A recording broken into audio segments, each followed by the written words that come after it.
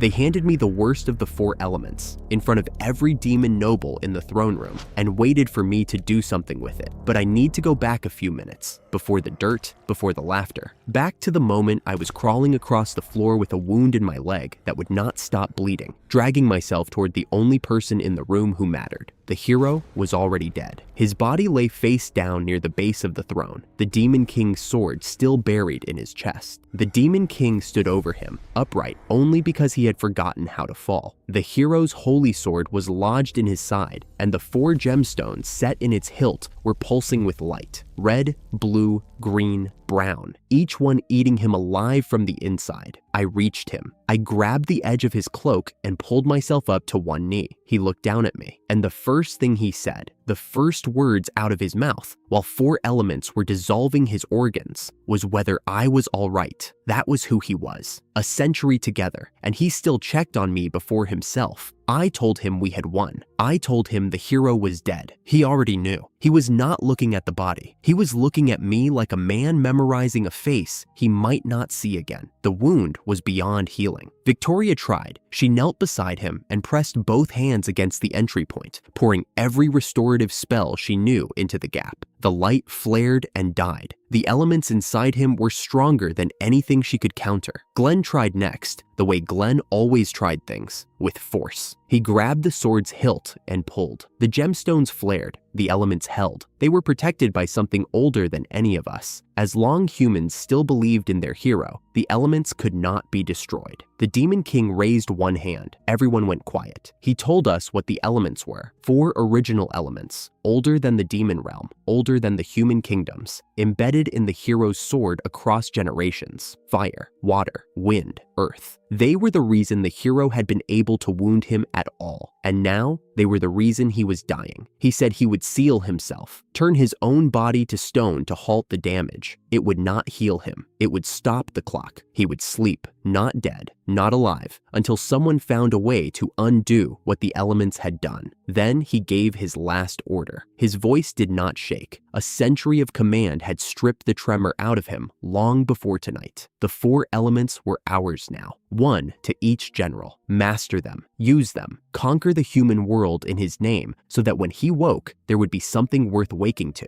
Fire to Glen, water to Maya, wind to Victoria, earth to me. He looked at me one more time. Then his skin turned gray, then white, then stone. His arm was still raised. His mouth was still open. The last syllable he ever spoke hung in the air like smoke. And then the throne room was silent, and the Demon King was a statue 3 feet from where I knelt. I stayed on the floor for a long time. Nobody told me to get up. Glen went first because Glen always went first. He held the fire element in his palm, closed his eyes for half a breath, and then opened them with a sound like a war horn ripping out of his chest. A column of flame shot from his hand to the ceiling. The decorative drapes caught instantly. 2 demon nobles stumbled backward. Glen stood in the center of the blaze, grinning, his teeth bright against the firelight, and I could already see the future in his face. He was not mourning the Demon King. He was auditioning for the vacancy. Maya moved without a word. A wall of water erupted from her element and hit Glen's fire before he had finished celebrating. The flames died. Steam filled the upper half of the room. She lowered her hand and said nothing. That was Maya. The fire was out before Glen noticed she had moved. Victoria laughed. She held the wind element between 2 fingers and made a small gesture, and 3 whirlwinds appeared on the throne room floor, spinning in neat circles like trained dogs. She watched them dance. She was already planning her islands. I went last. I held the earth element in my fist. I thought about what the others had done. Fire, water, wind, each one a spectacle. I closed my eyes. I reached for whatever the element wanted to show me. A pile of dirt fell out of my hand and landed on my head. It was not a small pile. It was enough to stain the formal coat I had set aside for the final battle, the one I had put back on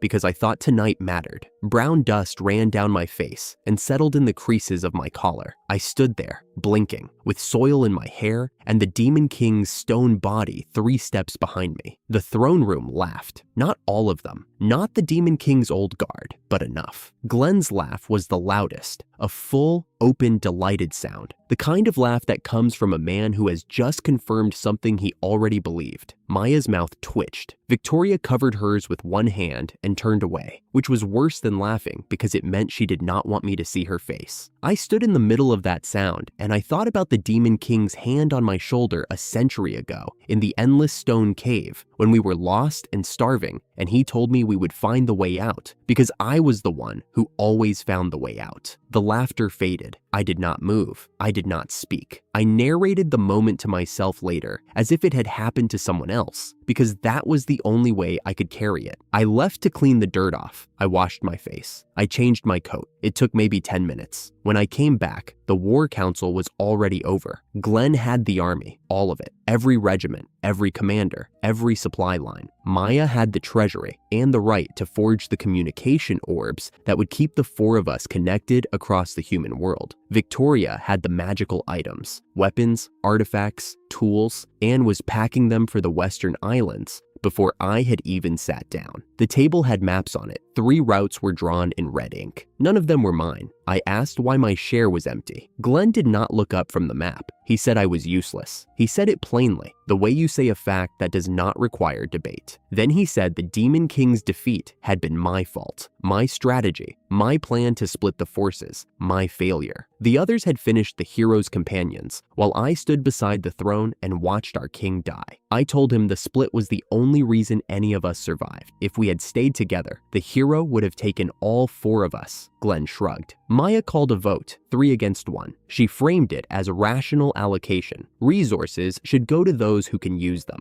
Victoria voted against me almost in passing, already reaching for the next item in her pile. She said, almost kindly, that I could keep whatever I found in the human world if I could build it myself. Maya handed me a single communication orb, 1, so they could reach me if they needed to, so they could keep a leash on the general they had just decided was nothing. I looked at the Demon King's statue. He could not see me. He could not speak. He could not overrule a vote he did not know was happening. I took the orb. I walked out of the throne room. I used the Demon King's emergency route, a passage he had built for exactly the kind of day this had turned out to be, and I descended into the human world alone. I did not fight them. The Demon King's last order was to master the element and conquer the human world. Fighting my own generals in his throne room, 3 steps from his stone body, would have been the one thing I could not do. So I swallowed the wound and I obeyed. The door closed behind me. The torchlight cut off. I walked into the dark. The emergency route ended in a cave. Outside, a plain stretched to the horizon. Grass, sky, nothing else. No settlements, no armies. No one waiting for a demon general who had just been laughed out of his own throne room. I sat on a rock at the cave's mouth and opened the earth element in my palm. A fairy flew out of it. She was 2 centimeters tall, had wings like a dragonfly, and looked at me with the expression of someone who had been asleep for a very long time and was not happy about being woken. "The hero is dead," she said. "Good. I was getting bored." Her name was Pip. She was the guardian of the earth element, she said, and she had been sealed inside it since the hero first claimed the sword. She did not seem upset about the hero's death. She did not seem upset about anything. She perched on my shoulder and looked out at the plain as if she owned it. I asked her what the element could do. Not golems. I asked specifically. No.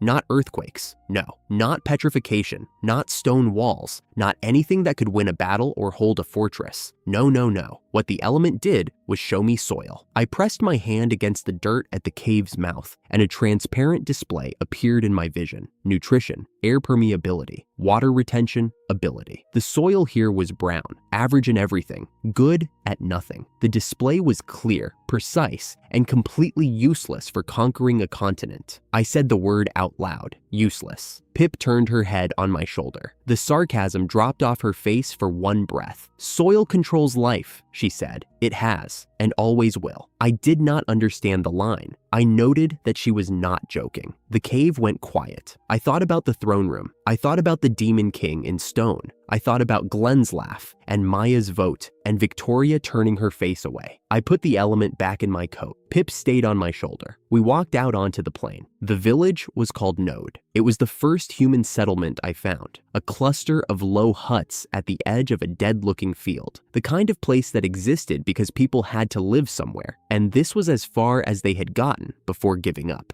An old woman saw me first. She took one look at my skin, my horns, my teeth, and screamed the word that I would hear in every human settlement for the next year: demon. She dropped her hoe and ran. Pip, still on my shoulder, suggested I look at the soil before doing anything else. I crouched and picked up a handful. The display flickered into my vision. Black soil, nutrition and air both passable, water retention poor, no special ability. The dirt crumbled in my fist like powder. This village was starving because the ground could not hold enough water to grow anything worth eating. An old man walked out of the largest hut. Behind him, a young woman. The man was slow, weathered, dressed in clothes that had been patched past the point where patching helps. The young woman was thin, hollow cheeks, tattered dress, decent face underneath the hunger. She stood one step behind him and did not move. The old man knelt. He spoke to me the way a man speaks to something that could kill everyone he loves. He said the village had nothing, no stores, no soldiers, no wealth. The most they could offer, he said, was the young woman, his granddaughter, a tribute in exchange for their lives. She did not flinch. She had been prepared for this. She stood there with her hands at her sides and her eyes on mine, and she did not look away. I refused. Not a strategic refusal, not a calculated move. My mouth opened before my mind caught up, and the word came out the way your hand pulls back from a flame, automatic, body level, before the reasons arrive. I told him I did not come for that. The old man looked up, confused. A demon had just turned down a sacrifice, and he did not have a second plan.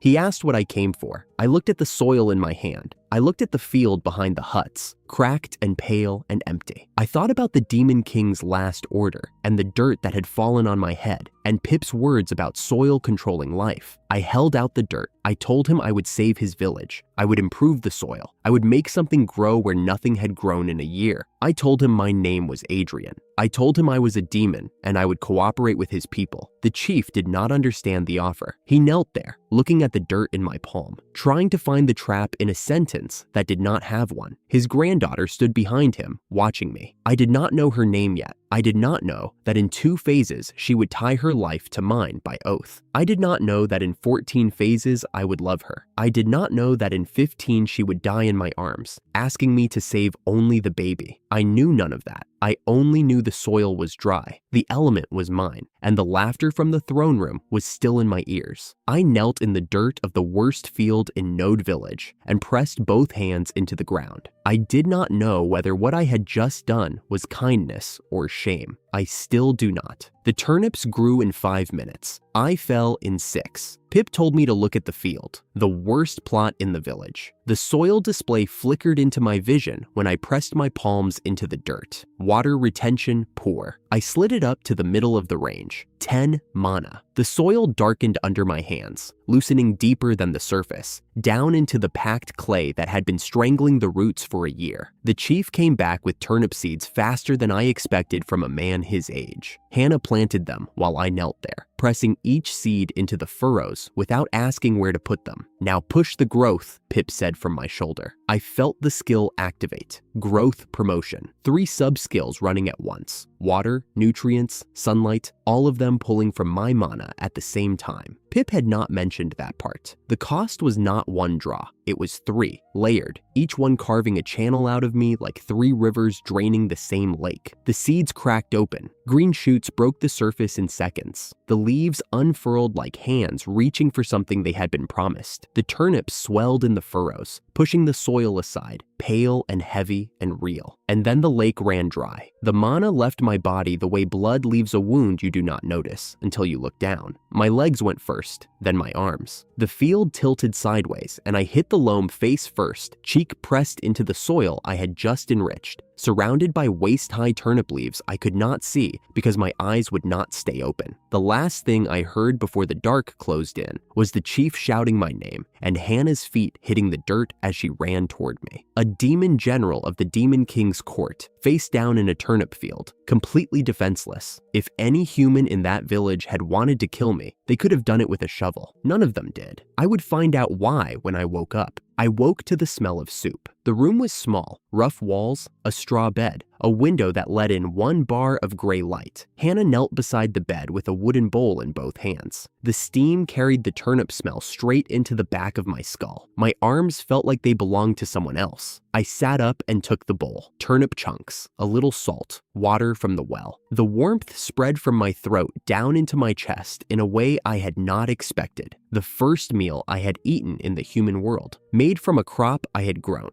served by the woman whose grandfather had offered her as tribute one day ago. 5 minutes. Hannah's voice was steady, quiet, the voice of someone who measures what she says. The seeds went into the ground, and 5 minutes later, the turnips were the size of my fist. It takes us 2 months. The bowl went down on the bed. I need you to do it again, she said. The second field, the third, every plot we have. If you can do what you did yesterday to the rest of the land, this village does not starve this winter. She was not begging. Her eyes were level and her back was straight, and the desperation was there only because she was not hiding it. She had come in here with a request, not a plea, and the difference mattered. Pip spoke into my ear. Hannah had no idea the fairy existed, invisible to every human in the village. She is about to offer herself again, Pip said. Different framing. Listen. Hannah set her hands in her lap. She told me, in the same even tone, that if I could promise the village food, she would swear a binding oath to my service, her life to my work, her labor and her loyalty, given until the village survived, in exchange for the magic I had just shown them. She was not offering her body this time. She was offering her years. She was offering the only thing she had left that was hers. Not her grandfather's to give, not the village's to trade, but hers, her choice, her framing. Pip's voice again, almost too quiet to catch. Humans who know hunger fear it above all else. The gap between a savior and a ruler is thinner than you think. I heard the line. I sat with it for 3 full breaths. Then I restated Hannah's oath. Not the version she had offered, mine. She would not serve me. She would work with me. She was the village's partner in the operation, not my property. Her commitment was real. She was bound to the work as long as I was, but the framework was mine. I dropped the word service and replaced it with the word partner. Hannah stared at me for a long moment. Something shifted behind her eyes. Not relief. She had come in ready for the worst, something closer to confusion.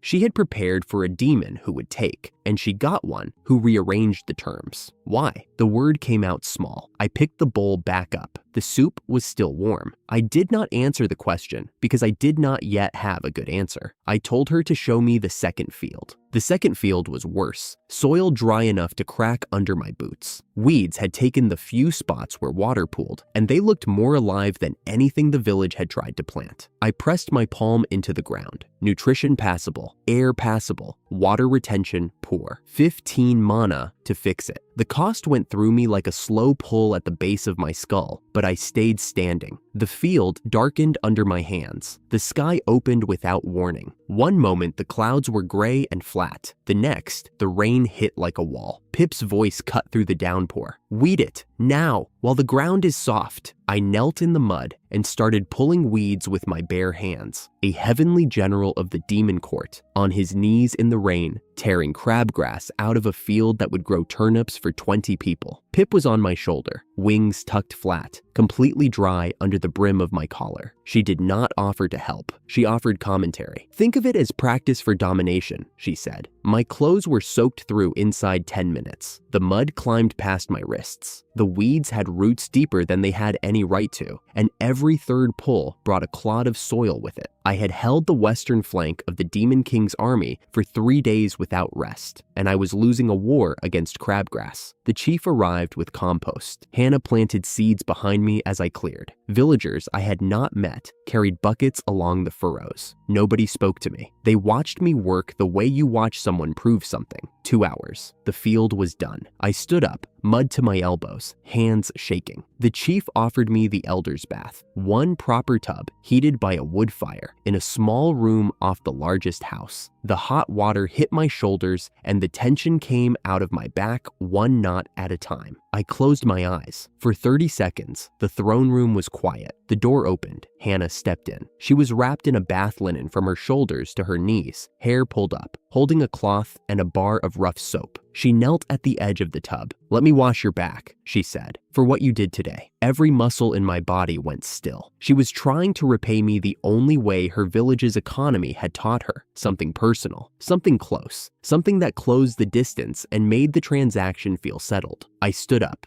I gathered my clothes from the bench. "I did not grow vegetables for this," I said. One sentence. Flat, final. I did not look at her because looking would have added a second sentence, and the second sentence would have been softer, and I could not afford soft. Not here, not yet. Not when the terms of what we were building had been set 3 hours ago, and I was not going to undo them with a bar of soap and a warm room. Hannah did not flinch. She paused. She asked if she had offended me. I said no. She picked up my coat from where I had dropped it, folded it over her arm, and left the room with more composure than I had. Pip was perched on a ceiling beam. She had watched the entire thing from above, wings folded, expression flat. "Interesting," she said. I waited. She dropped down to my shoulder. "You just turned down the only payment she knows how to make, so now she owes you something she cannot repay. You know what that makes you?" I pulled my shirt on. I did not answer. "The savior and the ruler," Pip said. "Same person. The line between them was always thin. You are standing on it." I left the bath. The rain was still going. I went back to the field and checked the furrows. Everything held. The rain stopped before dawn. I had recovered half my mana overnight, which meant 50 was back in the reserve. I walked to the turnip field and ran growth promotion again, this time on the plots the villagers had seeded the day before. The turnips filled the rows. I did not collapse. The difference was preparation. The rain had watered the soil. The compost had fed it. This time, the skill only needed to accelerate the sunlight. 1 subdraw instead of 3. The cost was 40 mana. Steep, but survivable. I stood among the leaves, dizzy for a moment, and then the world leveled out. The whole village was watching. Not just the chief and Hannah this time. Everyone. 20 people standing at the edge of a field, watching a demon grow turnips faster than any of them had seen anything grow in their lives. Some of them had been hiding in their houses since I arrived. They were not hiding now. A horse cart creaked up the road mid-morning. The man driving it was middle-aged, dark-skinned, dressed in a coat that was 3 grades above anything in this village. He had a merchant's smile, the kind that arrives before the man does and stays after he leaves. Hannah greeted him by name, Henry, a traveling merchant who came through every few weeks, trading goods for whatever the village could scrape together. He climbed down, walked to the field, picked up a turnip, turned it in his hands, and looked at me. "I have never seen turnips this large," he said. His voice had the practiced warmth of a man who had complimented 1,000 farmers before breakfast. "Why is a demon growing vegetables in a village like this?" I told him I was a farmer. He did not believe me. He did not need to. 5 zenny each, he said. "Fair price, standard market rate." I opened at 50. Henry laughed. Not a cruel laugh, a merchant's laugh, the kind that means the number you just said is adorable. He explained patiently, with the air of someone helping a child count coins, that turnips sold for 3 to 5 zeni in any market town. Mine were larger, sure, but size did not move the needle that far. 3 sentences. That was all it took to walk me from 50 to 5, and every one of them sounded reasonable. Hannah stepped in. She pointed out that the village needed to eat first. We could not sell the whole field. I looked at the rows and did the math. Enough for the village and 10 to spare. I sold Henry 10 turnips at 5 zeni each. 50 zeni, a demon general's first sale in the human world. Melon seeds were what I wanted, high-value crop. Henry shook his head. Region-specific, closely guarded, but he had spinach seeds, 10 zeni per bag. The turnip money bought the spinach seeds. Henry loaded the turnips onto his cart, told me he would return in 2 weeks, and left with the same smile he had arrived with. Pip waited until the cart was out of earshot. "He is going to sell those turnips for 10 times what he paid you," she said. I knew. I had watched his eyes when he picked up the first one. A man does not inspect produce that carefully when the margin is 5 zeni, but he was the only merchant who came to this village. My only road to seeds, to cash, to the market towns. I took the bad deal because the bad deal was still the deal I needed. I watched the cart disappear and noted, quietly, that I would remember the number 5. The village ate that evening. Every house had turnips. Hannah had not mentioned the bath. I had not mentioned it either. Some things sit better when nobody picks them up. After the meal, the chief invited me to stay at the table. Hannah cleared the bowls and left. He poured water into 2 clay cups and set one in front of me, the gesture of a host who has run out of everything except courtesy. He asked me who I was, not what I was. He knew that. He wanted to know who. What kind of demon weeds fields in the rain for 20 strangers? I gave him a half-truth, an exile from the demon army, expelled for breaking the rules. I did not say which rules. I did not say I was one of the 4 heavenly generals. The lie protected everyone in the room. If word reached the human armies that a heavenly general lived here, they would burn Node to the ground. The chief nodded. He accepted the story the way a man accepts a coin he cannot test, by weight, not by stamp. Then, almost in passing, the way someone mentions weather or road conditions, he asked whether the rumors were true. The demon king and the hero had killed each other, people said, both dead. And now a demon named Glen was sweeping through the human armies with fire, burning everything in his path. I confirmed. The demon king and the hero had fallen. Glen was loose. The chief's face tightened. He asked nothing more about Glen. He did not need to.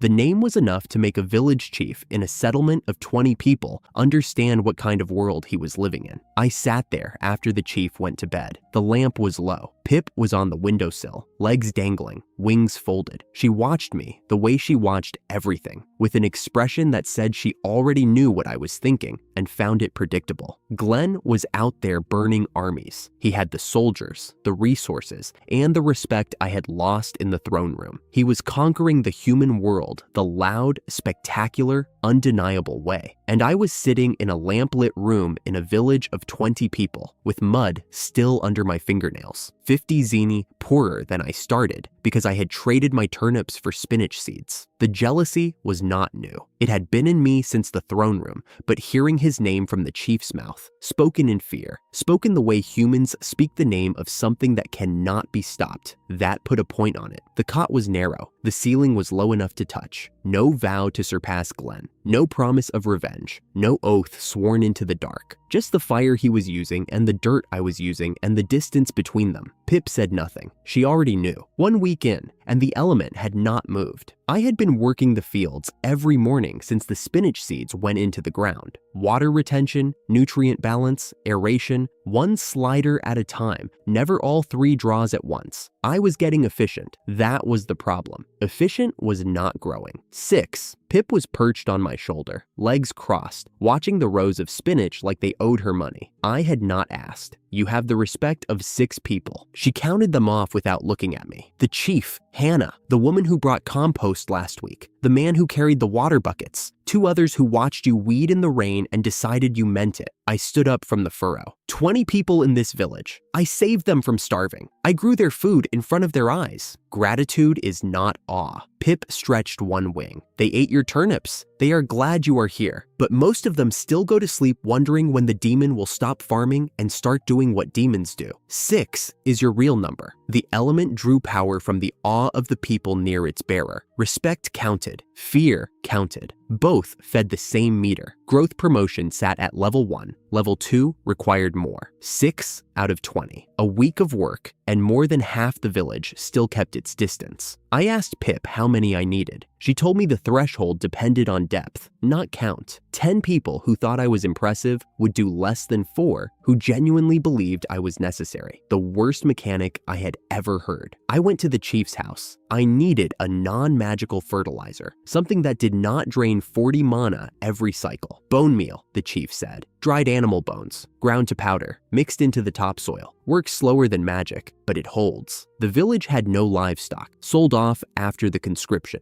No cattle bones, no pig bones, no source. The chief's door burst open. A villager I did not know by name stood in the frame, chest heaving, face the color of old paper. A skeleton army, he said, led by a demon, coming up the north road. The chief's hands went flat on the table. Hannah appeared in the doorway behind the villager, eyes already on me. Pip lifted off my shoulder. She hovered in front of my face, wings humming, and her expression was the driest I had seen it in a week. Bones are bones, she said. I told the chief I would negotiate. The force was smaller than I expected. 30 skeletons in a column, marching in step, controlled type. They did not think. They executed the 3 command verbs their handler gave them: advance, halt, attack. One mounted demon rode at the rear. I walked out alone. The column halted 20 paces out. The rider was younger than I had expected. He carried himself the way the sons of middle-rank noble houses always did, authority borrowed from his father, not earned. The crest on his saddle was familiar. I had memorized the demon lineage records a century ago.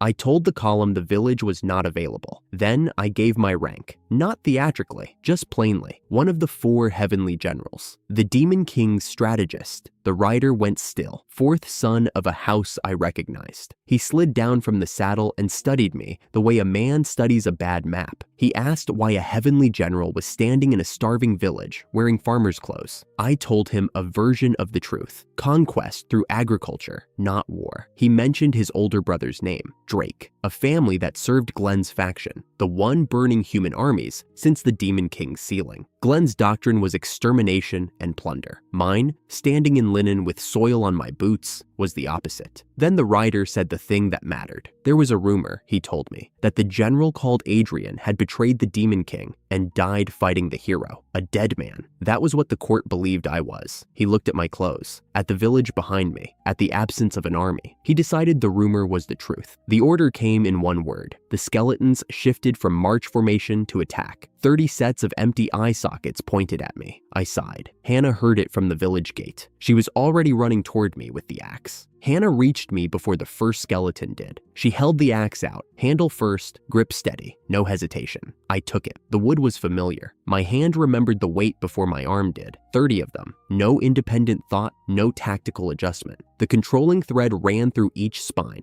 break the spine, and the body dropped. I had not fought like this in over a century. My specialty had always been one against many. The strategist, who also happened to be the crowd-clearing weapon. The column closed the distance. The first rank raised its arms. I went through them the way a scythe goes through wheat. 3.5 full rotations. 1 axe. The spines cracked like dry sticks, and every skeleton that lost its thread dropped in the same breath. The column fell in pieces, top to bottom, like a row of candles hit by a single gust. No technique to admire, no flourish. Just a man who had done this 1,000 times and did not find it interesting anymore. Under a minute. The road was white with bone dust, and the silence was the kind that arrives after noise leaves a room too fast. The rider had been raising his sword for a second wave he no longer had. He sat on his horse with the blade halfway up, watching the remains of his command settle into the dirt. I reached him in 3 steps. I pulled him off the horse before it finished turning. He hit the ground on his back, and I stood over him and said nothing. Sometimes, silence is the heaviest thing a person can carry. I took the horse. I left him on the road. The calculation was simple. He was a noble's son. His brothers served Glen. Killing him would start a feud I was not ready to fight. But the real reason was simpler, and I did not like it as much. He was a demon. So was I. Out of fellow demon blood, I let him keep his life. "Do not come to this village again," I said. He walked south on foot. I watched him go and noted, privately, that the mercy would probably cost me later. Glen was out there burning villages, and I had just sent one of Glen's allies home with a story about a heavenly general in a turnip field. I turned the horse toward the village. Hannah was standing at the gate, arms crossed. Pip, on my shoulder, said one word: bones. 30 skeletons worth of bone meal had just walked to my doorstep. The villagers came out after the dust settled. They thanked me. Fewer than I had hoped, more than 6. I pointed at the road. "Collect the bones. Grind them down." We mixed the powder into the eastern field. The chief stepped forward, choosing his words carefully. "Those were people once." His voice was quiet, but the village heard it. Before they were skeletons, they were human. The villagers shifted, eyes lowering, hands still. "Humans are also a kind of animal," I said. "Cows are fine. Pigs are fine. Bones are bones." The coldest line I had said since arriving at this village, and the truest. Hannah broke the silence before it hardened. "One field." Hannah stepped forward, voice level. already past the emotional part. We set aside the Eastern plot. Crops grown with bone meal go exclusively to Henry. Half the money goes to the village. Nobody here eats from that harvest. The chief looked at her. She was not asking permission. She was showing him the door he could walk through without losing his dignity. He accepted, not because he wanted to, because he could. The villagers collected bones. The grinding was slow, but they worked. I stood at the edge and watched my number move. Up, Pip said from my shoulder. Down, up again. The counter was a live read of the room. Every villager who looked at the bone pile and shuddered. Down. Every villager who looked at the field behind me and remembered the turnips. Up. By the time the bone powder was mixed into the eastern field, the meter had settled. Pip reported the change in a voice flat enough to read weather. Growth promotion, level 2,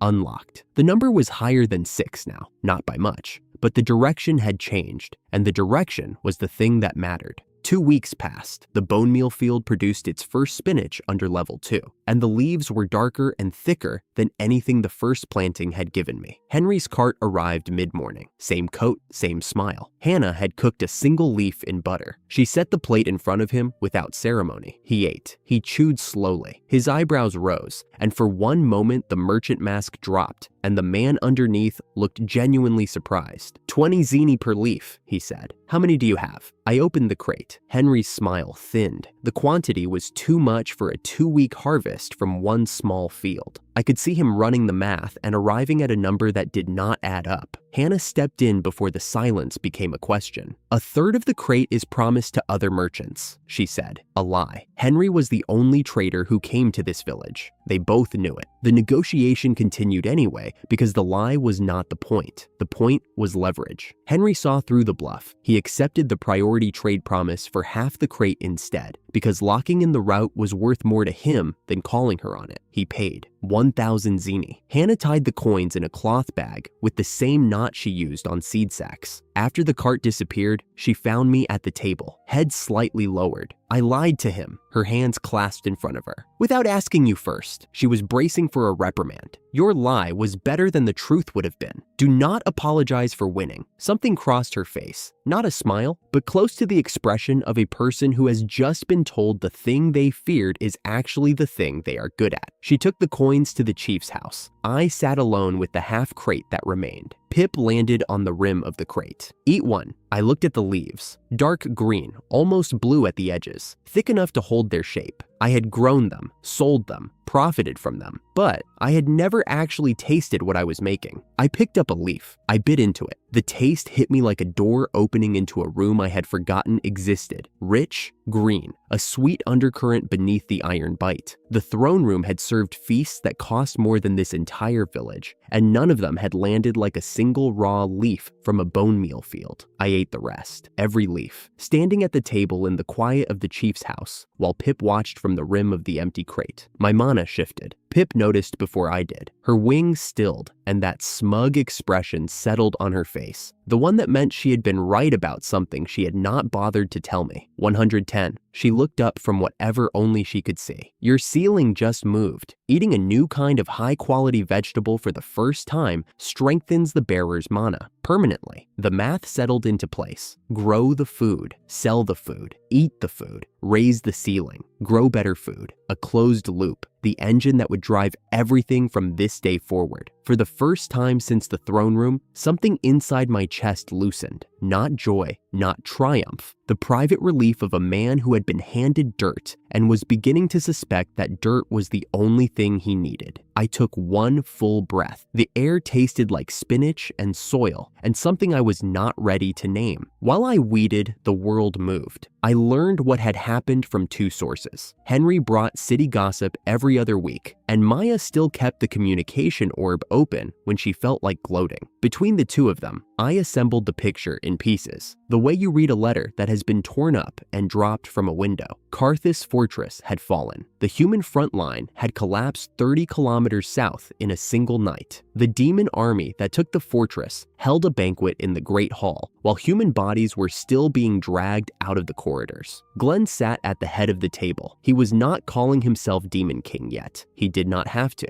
The army had already decided. Frank, the second of the 3 Hecaril brothers, sat near the front and drank well. When Cal walked in still dusty from the road, Frank waved him over and asked, loudly enough for the table to hear, how the great revenge campaign against the village had gone. Cal told him there had been a demon there, a self-named heavenly general. Frank laughed. The table laughed. Frank told Cal that a man who lost 30 skeletons to a farmer should ask Drake for help, since Drake was becoming Glen's right hand and might have a use for a youngest son who could not win a fight. Cal sat down and said nothing else. Elsewhere, Maya was somewhere in the human capital. She had not told me what she was doing, and I had not asked. Victoria had opened trade offices on the Western Islands and was doing business under her own name. 2 of the 3 surviving generals were visible. I was the missing one. The court rumor that I had died fighting the hero was hardening into accepted history. I stood up from the row of spinach. The sun was getting low. The village was quiet. The distance between this field and Carthus Fortress was the entire width of the continent, and Glen was filling it with fire while I filled mine with compost. Days passed. I organized the 4 fields and gave each one a purpose. The turnip field fed the village. 2 spinach fields went to Henry for sale. The 4th plot sat empty. I wanted cucumbers and tomatoes, both water-hungry, both higher value than anything I was currently growing. The chief sat on an upturned crate during the planning meeting and explained why cucumbers had failed before. The well was the only water source. In dry weeks, it barely served the village. Cucumbers needed volume. The well could not deliver. Irrigation, the chief said. A neighboring village dug a channel to their river. 20 workers, 1 year. I looked at the empty field. 1 year. Hannah was leaning against the fence post. She had been watching me argue that the new vegetables should go to the village table first, not to Henry. When I caught myself doing it, I switched to claiming the seeds came from common funds, and it would be impractical to eat all the profit. She smiled. She did not say anything. She did not have to.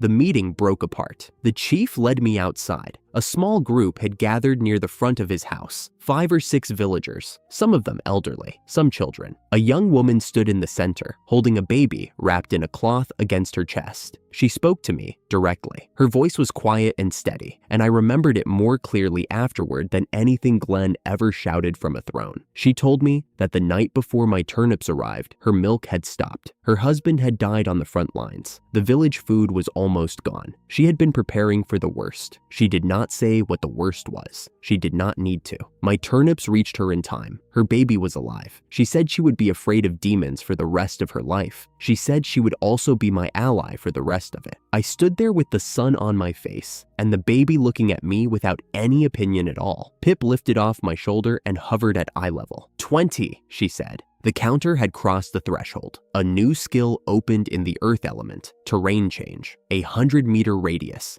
dig, raise, reshape. Change the soil from farmland to desert to hardened stone and back. The irrigation channel that would take 20 workers a year was something I could carve alone, but 3 kilometers was 3 kilometers. Terrain change burned mana the way I burned daylight. I did the math and ran out of numbers before I ran out of channel. I called Maya on the communication orb that night. She answered laughing. She already knew what I was going to ask. She told me she was busy. Water magic was suited to assassination and to taking human form, which was what she had been using it for in the capital. She asked if I was still playing in the dirt. She suggested I handle my own ditch. I hung up without arguing. 2 days. I carved the channel in bursts. 20 minutes of work, 2 hours of rest while my mana refilled. Pip sat on my shoulder and called the stops. Hannah brought water and bread to the riverbank twice a day. By the second evening, I had reached the river. I collapsed at the edge with my boots in the mud and my mana at the bottom of its well. The river came the next morning.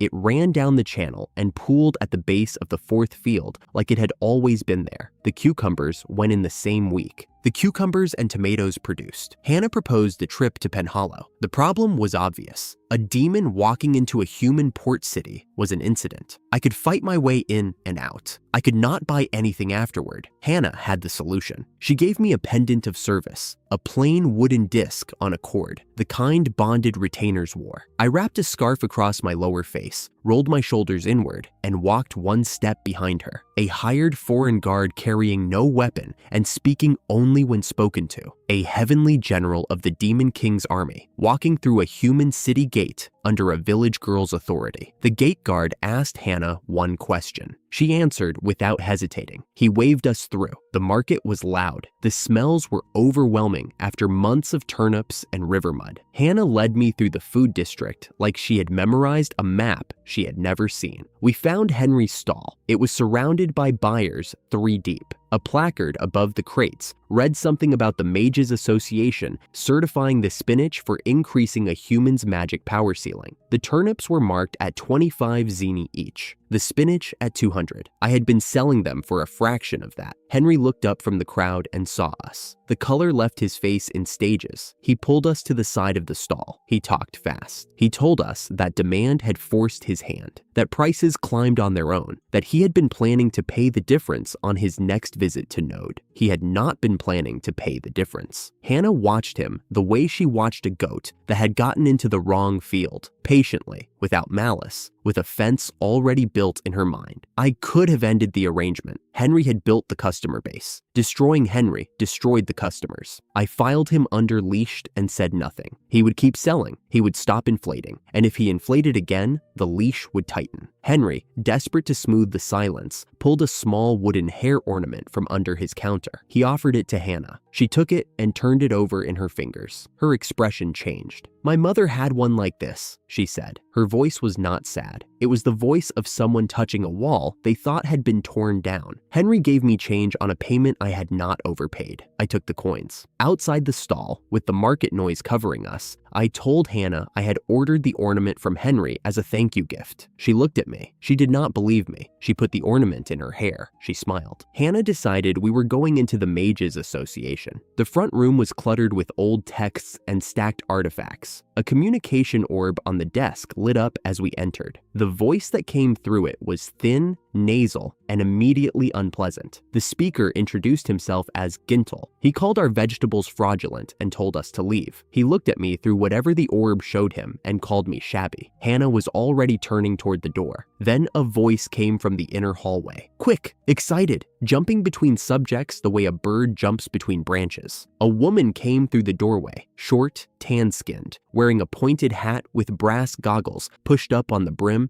and a robe stained with ink at both cuffs. She carried a staff under one arm, the way someone carries a rolled-up newspaper they have forgotten about. "You are the producers." She stopped in front of Hannah and looked up at her with an expression I had not seen on a human face before. Genuine, uncalculated excitement. "I have eaten that spinach 3 times. My power ceiling moved. That has not happened since I was 14. Hannah started to explain. The woman cut her off. "I am Eleanor," she said. "I want to see the fields. Today. Now. How far is the village?" Gintel's voice came through the orb again, sharp with objection. Eleanor turned toward the orb without raising her voice. She told Gintel that she believed he had certain private arrangements the branch chief did not know about, and that she would be happy to discuss them if Gintel preferred to keep this conversation going. The orb went silent. Eleanor turned back to us. "1 hour, she said. "I will meet you at the south gate with a horse." Outside the building, Henry caught up to us. He pressed the hair ornament's receipt into Hannah's hand and returned coins he described as change from a discount. Hannah glanced at me. I kept my face straight. Eleanor was already somewhere behind us, gathering her things. A mage willing to cross 30 kilometers of open road to see the dirt that had moved her power ceiling. I had come to Penhollow to leash a merchant. I was leaving with a mage. Hannah walked beside me through the gate with the ornament in her hair and the pendant of service still hanging at my chest. She had not told me to take it off. She had not mentioned the lie. She walked close enough that her shoulder almost touched mine, and the smile from outside Henry's stall had not left her face. The river was running when we got home. The cucumbers were already above the soil. Eleanor arrived an hour behind us, riding fast. Something was wrong before we reached the gate. Hannah said one word, "Wrong." She said it the way someone says it when they have lived in the same place their whole life and can hear the difference between a quiet village and a silent one. I pulled the horse up short. Eleanor and Gintel were 20 paces behind us on the road. Eleanor on her magic machine and Gintel on one of Cal's old horses, and neither of them had noticed yet. I had. The fields were empty, mid-afternoon, and not one person was bent over the turnip rows. Hannah pointed. 2 figures stood in the cucumber patch at the western edge. One of them had a sword against the chief's neck. The old man was on his knees, with blood running from his temple into the collar of his tunic. The other figure, the taller one, was eating one of my cucumbers. He wore armor with a crest I recognized. Hecaril family, 3rd son. The armor was better than Cal's. Joris addressed me by the cover. He called me the slave magician. He told me to drop my axe, turn around, and lie face down. Cal, behind him, with the sword at the chief's throat, was trying to look larger than he was. I filed the orders. I dropped the axe. I turned. I knelt, and then I went flat against the dirt. Hannah was somewhere behind me. I could hear her breathing stop. Joris laughed. He said something about how the traitor demon was not very impressive after all, and took another bite of the cucumber. While my face was against the soil, I activated terrain change. The mound rose behind Joris in silence. Packed earth, waist high, positioned so that it blocked his backward step and gave me one clean line from the ground to his center of mass. I had thrown an axe from worse positions in the old wars. The motion was reach, grip, rise, release. 4 actions that happened in the time it took Joris to register that the ground behind him had changed. Joris did not finish the cucumber. He fell against the mound and did not get up. The cucumber rolled into the dirt between the rows. Cal watched his older brother drop, and the sword came away from the chief's neck. He ran. I caught him in 3 steps. He was not fast enough, and he had never been fast enough. Eleanor, who had just dismounted the machine, stopped where she stood. Gintel, who had been complaining about being escorted by a slave magician for the past 2 hours, made a sound I decided not to describe. Pip, on my shoulder, said nothing. She rarely did when I reminded people what I had been before the farming. Hannah cleaned the chief's head wound with a strip of cloth and water from the well. The cut was shallow. He would keep the scar. He thanked me 4 times in the space of a minute, and I told him to stop. I had not saved him because he was kind to me. I had saved him because he held the land rights to every field in the village, and I needed those fields. That was the truth. It was also not the whole truth, but the whole truth was not something I could afford yet. The 6 of us were packed into a room that was built for 3. Adrian, Hannah, Eleanor, Gintel, the chief with his bandaged head, and Cal, bound at the wrists in the corner. Joris's body was outside. Nobody had moved it yet. Eleanor spoke first. She had been recalibrating since the cucumber patch, and when she opened her mouth, the recalibration was finished. "You are not a slave magician." She looked at me the way she had looked at the spinach in her laboratory. "You are the one who grew the vegetables. You are the one who runs this village. The cover was for Penhollow. I confirmed the first 2. The 3rd I let sit. My rank stayed behind my teeth." Hannah glanced at me, a small movement, barely a turn of her head. I read it. She was telling me Eleanor could be trusted with the next step. I reached across the table and pushed the remaining half of the cucumber toward Eleanor. "Eat it with salt." "Hannah, bring salt." "Do not," Gintal said from his corner. His face had not recovered its color since the patch. "Do not eat something a demon offers you." Eleanor ignored him. She picked up the cucumber. Hannah brought the salt. Eleanor bit, chewed, swallowed, and then her eyes went wide. I watched it happen. The magic power ceiling shift registered in her body in real time. Her fingers twitched. She set the cucumber down and stared at it. "How many mages are in the kingdom?" I said. "About 2,000. She picked the cucumber back up. Every single one of them would buy this. I had been thinking of Penhollow's market. Eleanor was thinking of a continent. I adjusted. I asked her what it would take to expand production to a scale that mattered. She said magical machines, mechanized plowing, rotating attachments, and someone who could operate communication magic for remote control. She was already designing the system in her head while she chewed. Hannah, beside me, gave the smallest nod. I offered Eleanor an exclusive private contract, her and me, bypassing the Mages Association. She would design and build. I would grow, and neither of us would owe the association anything. She agreed before the cucumber was gone. A villager knocked at the door while we were still talking. He had been holding the communication orb that fell from Joris's body. It was glowing. Hannah passed it to me. I opened the channel. Victoria's voice came through, light and patient. She asked why Joris was taking so long to report. I told her, in the plainest words I had, that Joris was dead, that I had killed him, that Cal was alive but no longer free. I told her I wanted ransom. The orb went quiet for 15 seconds. Then Victoria laughed. It was not a cruel laugh. It was the laugh of a woman who had already priced the dead man and found him worth less than the conversation. She said, through the laugh, that Joris had always been the kind of subordinate who would get himself killed somewhere. She was paraphrasing her own funeral speech for him, and it took her 8 words. Then she turned businesslike. She told me she had heard about my farming from Maya. She was curious. She had been looking for a high-profit sustainable product for her trading empire across the Western Islands, and magic vegetables were exactly that. She proposed cooperation. Her logistics network, my production. She would send a collar of obedience for Cal. She would invite me to Hollow Reach Isle to discuss terms in person. I had come into the conversation expecting a fight. I left it with a trading alliance, a magical artifact in transit, and an open invitation to the one place in the world I could not reach alone. Eleanor and Gintol had heard the exchange. Eleanor understood that I had just been speaking to a heavenly general as an equal. Gintol, who had not yet processed the cucumber patch, now had to process a second revelation. His color did not improve. I closed the orb. Then I told Hannah I needed air, stepped outside into the dark lane, and opened the channel again. Victoria answered on the second pulse. I asked her one question. Private, no audience. Your wind element, I said. Did it come with a fairy? She did not hesitate. She told me she had no idea what I was talking about. No guardian, no companion. She had used the element perfectly from the moment the Demon King placed it in her hand. I thanked her. I closed the orb. Pip was on my shoulder. She had been there for the whole conversation, and she had not said a word. I stood in the moonlight for a while, listening to the silence where her voice should have been. I did not ask her, not yet, but the question was in the air now, and we both knew it. Eleanor demonstrated the Magi pump the next morning. It was a compact machine the size of a bucket, fitted with a dial and a long rope that dropped into the well. She fed it a thread of her own magic, and the rope began to pull. Water came up smooth,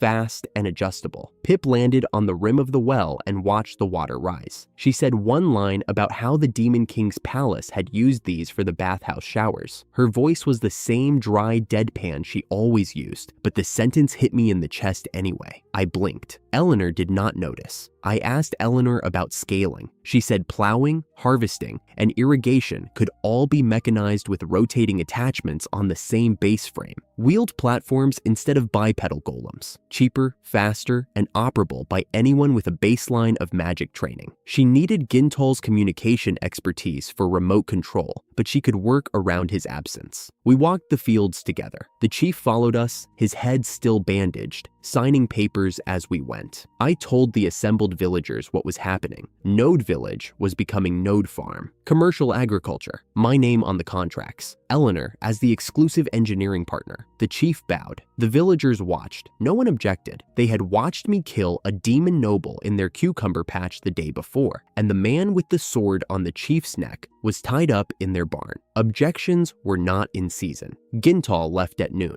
He took one of Cal's horses and rode south toward Penhallow without saying goodbye. I let him go. He would carry the rumor about me back to the Mages Association, and the rumor would do work I could not do myself. That night, after the lamps in the rest of the house had gone out, there was a knock at my door. Hannah was standing in the hallway, fully dressed, the same patched gray-brown dress she wore every day, but she had brushed her hair and pinned it with the wooden ornament. She stood straight. Her hands were at her sides. She told me she wanted to thank me properly for the chief's life, for the ornament, for the village. I knew what she meant, not because I was clever, but because the ornament in her hair was doing the talking her mouth would not. Say it one more time, she said. Tell me you are not going to leave. I looked at her in the lamplight. The dress was threadbare at the shoulders, and the ornament was cheap wood, and her feet were bare on the cold stone floor. She was 18 years old, and she was asking the demon who had killed a man in her grandfather's garden 12 hours ago to promise her something. The cruelty came out before the kindness could stop it. Not because it was natural, but because I had spent the last hour thinking about Drake, the oldest Heckeril brother, Glen's lieutenant, the one who would hear what happened to Joris within a week and come with something worse than 2 demons and a sword. Hannah, in this village, when that happened, was a target. Hannah in Penhallow, studying magic at the association with Eleanor, was not. I saved the chief because he holds the land rights, I said. Without them, this farm does not exist. The ornament was wages. You have been my secretary since the first week. I pay what I owe. She listened. Her expression did not break. She was reading me the way she always read me, and I knew she heard the shape of the lie inside the truth. Then I will go to Penhallow, she said. Her voice was level. Eleanor leaves in the morning. I will go with her. I will learn magic at the association.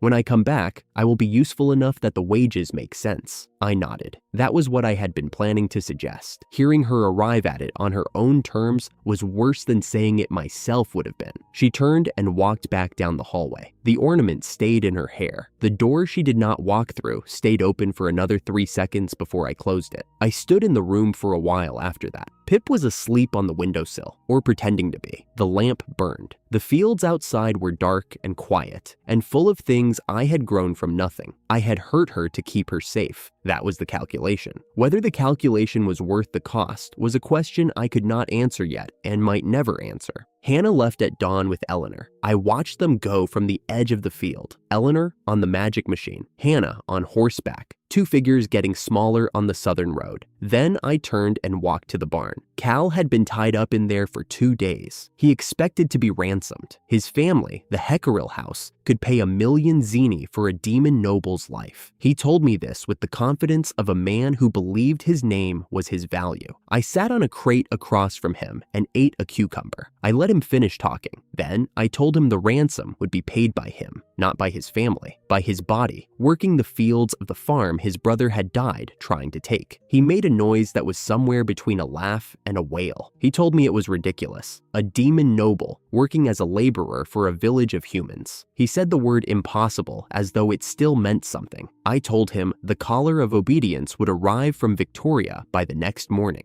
I described what it did, a thin magical band, one of the Demon King's treasured items that bound the wearer to direct orders under fatal compulsion, disobey, and the Gi's kills, attempt to flee, and the Gaoi's kills. The magic was old and absolute, and it did not negotiate. Cal stopped laughing. His face went through 3 changes in the time it took me to finish the cucumber. Defiance, calculation, and then something quieter that looked like the moment a man understands that the ground under his life has moved. The collar arrived the next morning in a wooden case, carried by one of Victoria's couriers. I opened it in front of Cal. The band was thin and dark, almost elegant. I placed it around his neck. The binding took. Cal felt it immediately. I saw it in his body. The escape he had been planning since the first night died in his muscles before it reached his hands. I gave him his first order. Work the field at the eastern edge. Start now. Do not stop until the light fades. He walked out of the barn into the morning sun. The collar sat against his neck like it had always been there. The field at the eastern edge was wide and empty and waiting. Pip landed on my shoulder as I watched him go. Victoria's invitation, I said. I have accepted it. We leave for Hollow Reach Isle in 1 week. She was quiet for a moment. Then she said, in the dry voice she used when she was being serious and did not want me to know, that the invitation was going to cost more than the vegetable contract was worth. I did not know what she meant yet. I would. Cal walked into the eastern field with the morning light on his back. Behind me, the village that had been Node Village for 100 years was Node Farm now, and the woman I had refused last night was on a horse heading south. And the orb in my pocket held an alliance I had not expected and a question about a fairy I could not yet answer. I went to check the cucumbers. Cal sat on the straw with his back against the post. The collar had not stopped glowing since I put it on him. He did not look up when I came in. I gave him the rules. Obey every reasonable instruction from the villagers. Do not harm any of them. Do not reveal what I am. And if Drake or Frank or anyone from their side came looking for him, the collar would hold him responsible for whatever followed. Not them, him. Each clause settled into the binding one at a time. I watched his throat tighten on the second one, and his fingers curl into the straw on the fourth. He understood. A rescue attempt by his brothers would cost him his life, not theirs. That was the point. Drake would come eventually. When he did, Cal would have every reason to make sure he failed. Cal said nothing. I left the barn and walked out into the morning. The ship was fast. Victoria's wind element captains ran the crossing in half a day instead of 3, and I spent most of it at the rail watching the ocean do nothing useful. The water was blue in a way the Demon Realm's sea never managed. Cleaner, sharper at the horizon. I caught myself thinking about salt. Seawater soaks soil down to the lowest grade, destroys aeration, wrecks retention, kills the microbiology in a season. But ground fish bones make good fertilizer. Crushed shells improve structure. I was cataloging the ocean like a field I could not plant yet, and Pip, riding the headwind off my shoulder with her wings spread, noticed. "You are staring at the sea," she said, "and thinking about dirt." "Shells," I said. "Same thing." She folded her wings and dropped back to my collar. "One more. That is all you need. One more person's respect, and you level." I had been waiting for that number. The sales through Henry had been building it, she explained. People in Pen Hollow were eating my vegetables, learning my name, and deciding I was worth something. Fear did not count, only genuine regard. And the next skill, waiting behind that single point of respect, was earth acceleration. She described it like a clockmaker describing a gear. Soil time multiplication,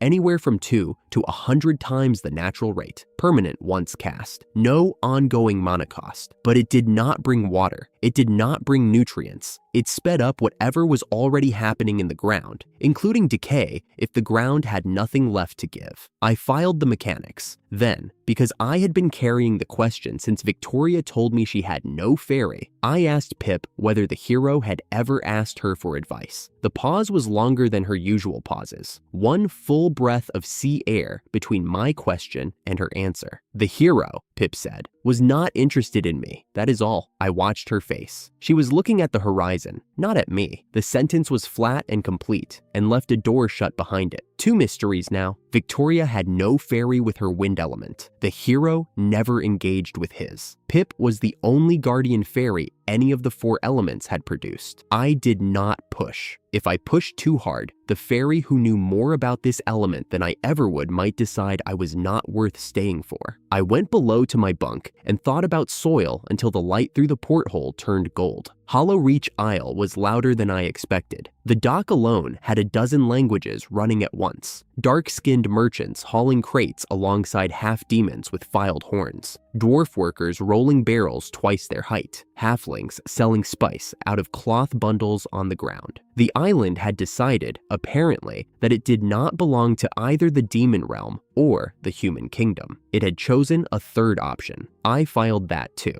A guide walked me through the port city and up a wide stone road lined with palms to Victoria's palace. The building was older than her rule and taller than it needed to be, but she had made it hers with green and red silk hangings in every window and wind chimes at every door that moved without any breeze. A showpiece. I expected nothing less. She received me in a hall deep enough that the lamplight did not reach the far wall. Dressed in red and green, sharp as I remembered. That half smile that said she already knew what I wanted. I set the crate of vegetables on the stone floor between us and told her they were a guest gift. She accepted them with the amusement of someone receiving a weapon disguised as produce. Then I asked for the soul control ring. No preamble. She was the kind of person who respected the direct approach because she never used it herself. Victoria's refusal came in 3 parts, delivered fast enough that I knew she had prepared them. First, she did not trust my combat ability to keep the ring from being taken by humans if a fight found me. Second, my mana was not high enough to run the ring at real scale. Third, and this was the one that landed, domesticating monsters contradicted everything the Demon King had fought for. Monster liberation was his war. Turning them into livestock was not farming. It was betrayal of his ideal. I let the third point sit in the room for a moment. Then I told her I intended to revive the Demon King, and when he woke and judged me for what I had done to get there, I would accept whatever sentence he passed, execution included. Victoria studied me for what felt like a full minute. The half smile did not move. Then she told me there was a dungeon 30 kilometers north of her palace. She had secured the first layer to protect the village nearby, but she could not afford to be seen clearing it herself. If I turned that dungeon into a functioning farm, she would give me the ring. ring. Pip's warning from the week before came through my memory like a bell. The invitation would cost more than the contract was worth. I said yes anyway. Victoria's cook returned with the vegetables prepared in the island's tradition. Turnip and spinach simmered with chicken in a coconut and spice broth. Cucumbers sliced thin with sea salt, served alongside rice flour flatbread. The smell alone was better than anything I had eaten in months. I ate. Victoria ate. The cook, who had tasted his portion before serving, stood at the edge of the room and said quietly that vegetables of this quality would sell for 10 to 20 times their market price on any island. Victoria glanced at him and then at me.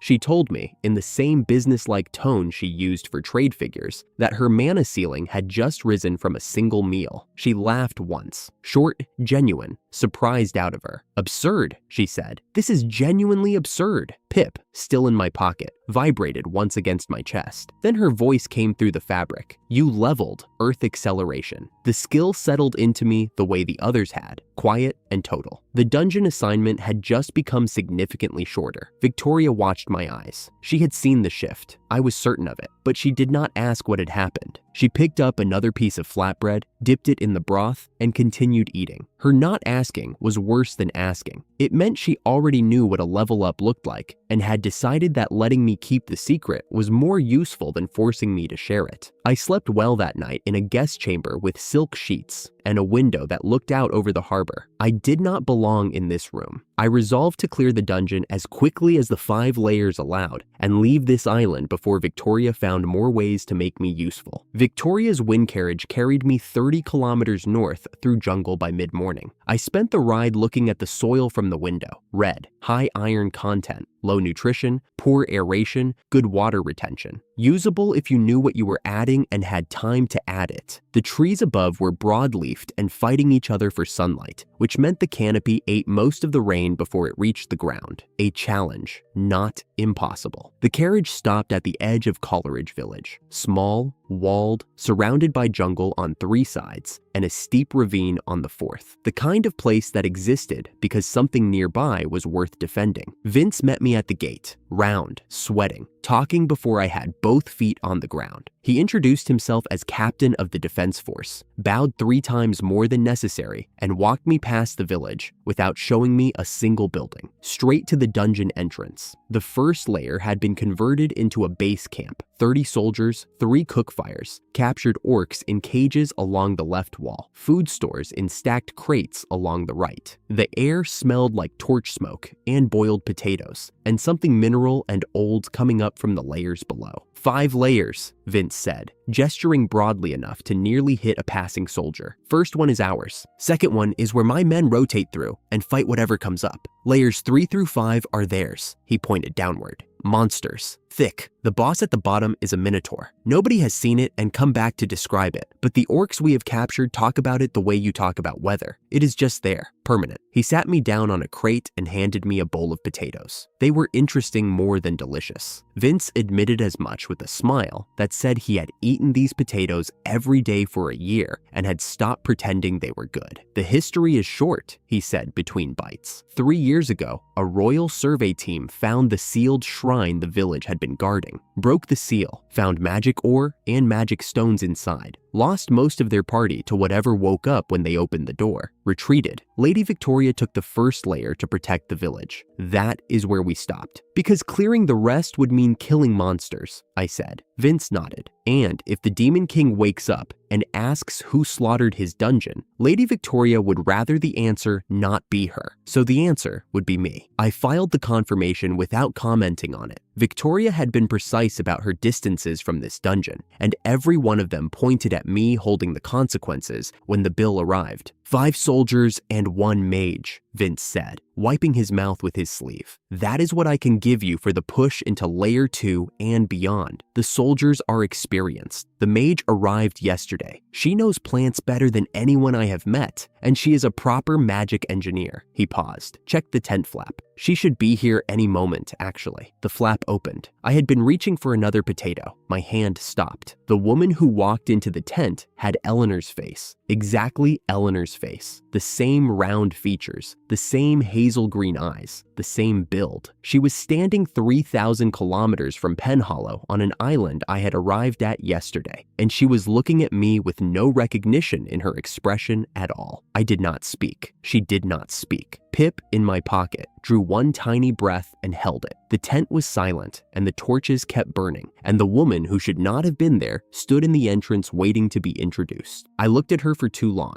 I knew I was doing it, and I could not stop. Eleanor, the name came out before I could catch it. Why are you here? What about the engines? What about Hannah? The woman in the tent entrance tilted her head. The gesture was wrong. Eleanor tilted left when she was confused. This woman tilted right. Not Eleanor, she said. Her voice was quieter than Eleanor's, and the common language sat differently in her mouth, shorter, blunter. My name is Diana. I am not knowing this Eleanor. I stood up. Vince was already stepping between us, both palms raised, sweat running down his neck faster than before. Lord Adrian, I can vouch for this. He spoke with the urgency of a man who had rehearsed this exact conversation. Diana has lived in Coleridge her whole life, born here, raised here. She went to the mainland for work a few years back, but she is one of ours. I will swear it on anything you like. I looked at Vince's face. He believed what he was saying. That did not mean it was true, but it meant he was not lying. Those are different things. I turned back to Diana. She was watching me the way a person watches an animal they cannot predict. I had walked in here with axes on my belt and questioned her family before I had even asked her name. Fair enough. Your parents, I said. Her jaw tightened. Father, none. Mother, sick, here in village. Siblings? None. The resemblance was too exact. If she was not Eleanor, she was something that required an explanation I did not have time to chase through a dungeon.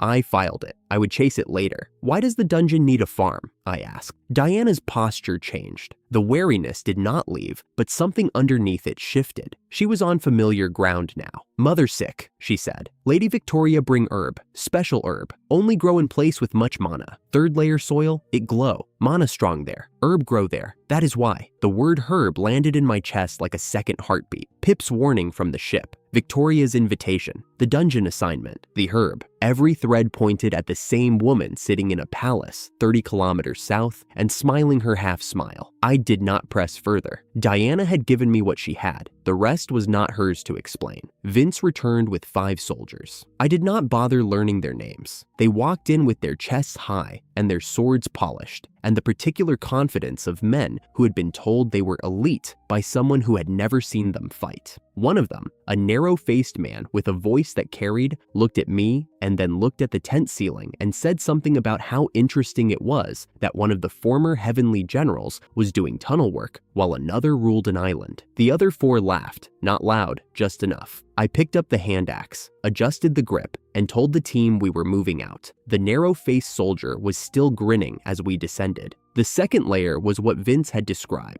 Giant rats that died fast, vampire bats that swooped in pairs and went down when the soldiers held formation. The soldiers handled it without needing me. I walked behind them and watched the walls. The stone here was volcanic, porous. It would hold water if you could get water into it, but it would also drain nutrients straight through. Not worth farming. I kept walking. The soldiers whispered among themselves between encounters. I caught fragments. One of them touched my shoulder as we passed through a narrow choke point, and I told him not to do that again. He pulled his hand back with a smirk and said something about how sensitive the former heavenly generals were. I filed the tone and let it go. Fighting humans on Victoria's Island was a luxury I could not afford. We reached the transition to the 3rd layer within the hour. The air changed before I saw it. Warmer, heavier. The mineral smell sharpened into something almost sweet. Then the walls opened and the soil was glowing. Not bright, a low, steady luminescence, pale blue-white, as though the ground remembered sunlight and was trying to reproduce it from memory. The cavern was wider than the corridors above, the vaulted ceiling high enough that the glow reached it in patches. I knelt. The soil under my hand was warm, dense, packed tight from centuries of compression, but alive in a way I had never felt above ground. Nutrition at the highest grade. Airflow poor, nearly sealed. Water retention middling. And one word I had never seen in a soil reading before. The ground carried magic in it. Not residual, not leaking from a source. The soil itself held mana, the way good loam holds nitrogen. Pip landed on the ground beside my hand. She was quiet for a long time. Magical loam. Pip's voice was barely above a whisper. The Mage Association would bankrupt itself for a handful of this. I was about to stand when Diana knelt beside me. She had not asked permission. She put her hand flat on the soil the way I had, and her expression changed the way mine must have changed. She read it. This soil. She ran her thumb across the surface. Nutrition, very much, but hard. No air. Tiring to work. She looked at the glow. Magic in it. What vegetable grow here? I want to see. It was the first warm thing I had felt in this dungeon. Not her words, the recognition. She was reading the soil the same way I did, already running the math on what you could plant and what the ground would give back. In the entire time I had been in the human world, I had not met another farmer who looked at dirt and saw possibility. The narrow-faced soldier stepped up behind us and asked why we were staring at dirt. I stood without answering and told the team to move. The third layer was broader than the second,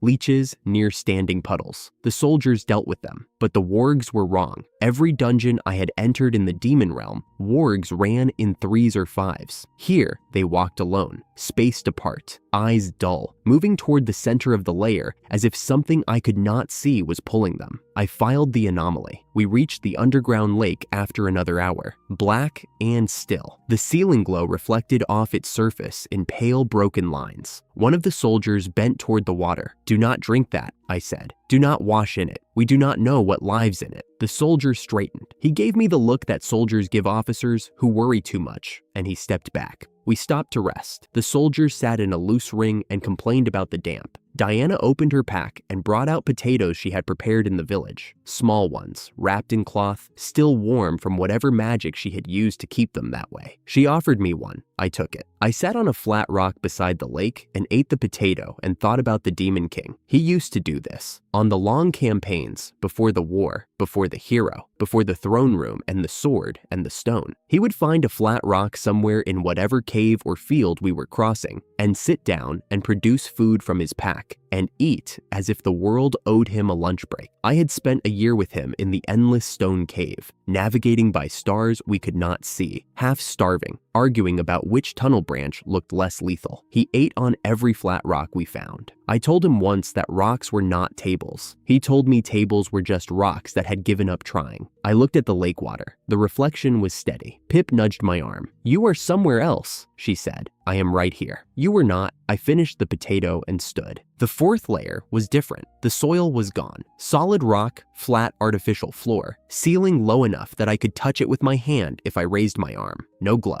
The dark was total. Diana spoke before I asked. "I can make light," she said. A small white sphere lifted from her palm and floated above the group. Steady, not strong, but enough for 10 paces in every direction. Victoria's briefing had called her a plant specialist. It had not mentioned light magic. The Minotaur came from behind. 3 soldiers went down before anyone finished turning. The thing was enormous, stooped under the low ceiling, horns scraping rock. It had waited for us to pass its alcove before stepping out. The 2 remaining soldiers stumbled back. The Minotaur swung at the nearest, and he went sideways into the wall and did not get up. The corridor was too narrow for a sword swing at full extension, but the Minotaur was hunched under the ceiling and its left side was exposed. I threw the hand axe 20 paces. It buried in the Minotaur's left shoulder, and the arm went dead at its side. Diana, blinding flash, now. She did not hesitate. The light above us flared white. The Minotaur staggered. I picked up a fallen soldier's sword and closed the distance in 2 strides. 1 strike. It went down and did not rise. I pulled the axe from its shoulder. The dull eyes had gone still. In the demon realm, dungeon masters were sometimes intelligent enough to negotiate with. I would never know about this one. Diana ran to the fallen soldiers and put her hands on the first one, a faint green glow. Healing magic. She had not mentioned that either. Broken bones, heavy bruising, none of them could walk without support. I ordered the retreat back to the 3rd layer. While the soldiers rested, I walked into a side cavity off the main cavern. Terrain changed to open a patch. 1 raw potato planted. granted. Growth promotion at 30 mana. The potato swelled in the soil like it had been waiting for permission, twice the size of the ones Diana had served for lunch, and the skin carried a faint luminescence from the magical ground. The dungeon would make a remarkable farm. I carved a marker into the wall and walked back to the camp. I smelled the smoke before I saw the fire. The 5 soldiers had hauled the Minotaur's body up from the 4th layer. All 5. The injured had found motivation to carry a carcass when the alternative was waiting in the dark. They had butchered it, set up an iron plate over a fire, and were roasting meat. The head sat propped beside the fire like a trophy. 2 things registered. Elite soldiers do not barbecue the dungeon master. They secure the perimeter and report. These men were not elite, and the meat was not fully cooked. Dungeon monster flesh that had not been inspected or fully cooked was not food. It was a delivery system for whatever the dungeon was hosting. Diana sat apart from the soldiers, her pack open, hesitating. She had not taken any of the meat. I walked to her and knelt. "Do not eat that." I kept my voice low. "Any of it." She looked at me, then at the soldiers, then back at me. I took the potato from my belt pouch and placed it in her hand. "My element is earth. I can shape soil and accelerate growth. This is safe." She turned it over in her hands. The luminescence caught her face. "I make chips," she said. She pulled a small frying pan from her pack, sliced the potato thin with a knife that had seen more kitchen work than combat, drew a circle on the rock with her finger, and the air above it shimmered with heat. Oil from a small flask, salt from a pouch. The chips sizzled. The sound was absurdly domestic for the bottom of a dungeon, and for a moment, the cavern smelled like a market stall instead of a grave. Diana laid the chips on a flat stone and offered the first one to me. It was crisp, salted, warm, good. One of the soldiers wandered over. He was the narrow-faced one. He looked at the chips, said something about always liking potato chips, and reached for one. His hand stopped, not slowed, stopped mid-reach. His fingers were open, his eyes were open, and nothing in his body was moving. His pupils had narrowed to points. The muscles in his jaw were locked. I could see a vein in his neck pulsing at a rhythm that did not match a heartbeat. Pip spoke from my shoulder, quiet, clinical. "Parasitic bloodworm," she said. "It is in his blood. Do not let him touch her." I pulled Diana behind me. The other 4 soldiers changed in the same breath. One fell face down. One turned toward the lake and stared at the water with an expression that was no longer human. One convulsed on the ground, spine arching. One foamed at the mouth and stood up with his sword already drawn. Pip's diagnosis came in one sentence. The parasite was a microscopic dungeon creature that entered through the mouth in undercooked meat, colonized the blood within minutes, and drove the host's body to attack anything nearby until the organism could reach still water to reproduce. That was why the wargs on the 3rd layer had been walking alone instead of in packs. That was why the Minotaur had ambushed us near the lake. The dungeon was not a dungeon. It was a breeding ground, and the soldiers had just fed themselves to it. The frozen soldier unfroze. His face contorted. He drew his sword and came at me. He spoke, but the words were not words. Fragments of sentences pushed through a mouth that no longer belonged to him. I did not quote them. They were not his. I stepped left. One strike. He fell. The second soldier rose from where he had collapsed and charged with his bare hands. He fell. The third had been walking toward the lake. He turned. His eyes were white. He fell. The fourth convulsed one final time and stood up swinging a sword he could barely hold. He fell. The fifth was the one who had been staring at the lake. He came last, slower. The parasite had taken his legs before it took his arms. He crawled. He fell. 5 bodies on the stone beside a dead cook fire. The chips were still on the flat rock. The oil flask was on its side. I stood in the middle of them and felt nothing I could use. The grief would come later, when I could afford it. Right now, there were 5 dead humans on the ground, and I was a demon holding a sword. And if anyone walked down those corridors right now, the story they would tell would not include the word parasite. "Do not touch the blood," I said to Diana. "The parasite is in the blood," she nodded. She was shaking, but she was standing. I knelt by the cook fire and held the sword blade in the flames until the metal glowed. The blood on it hissed and turned black. I pulled it out and let it cool. Pip, in my ear, spoke one more sentence. quiet enough that only I heard it. The parasitic bloodworm is banned in the demon court. Even Glen will not cultivate it. Victoria knew what was in this dungeon when she sent you.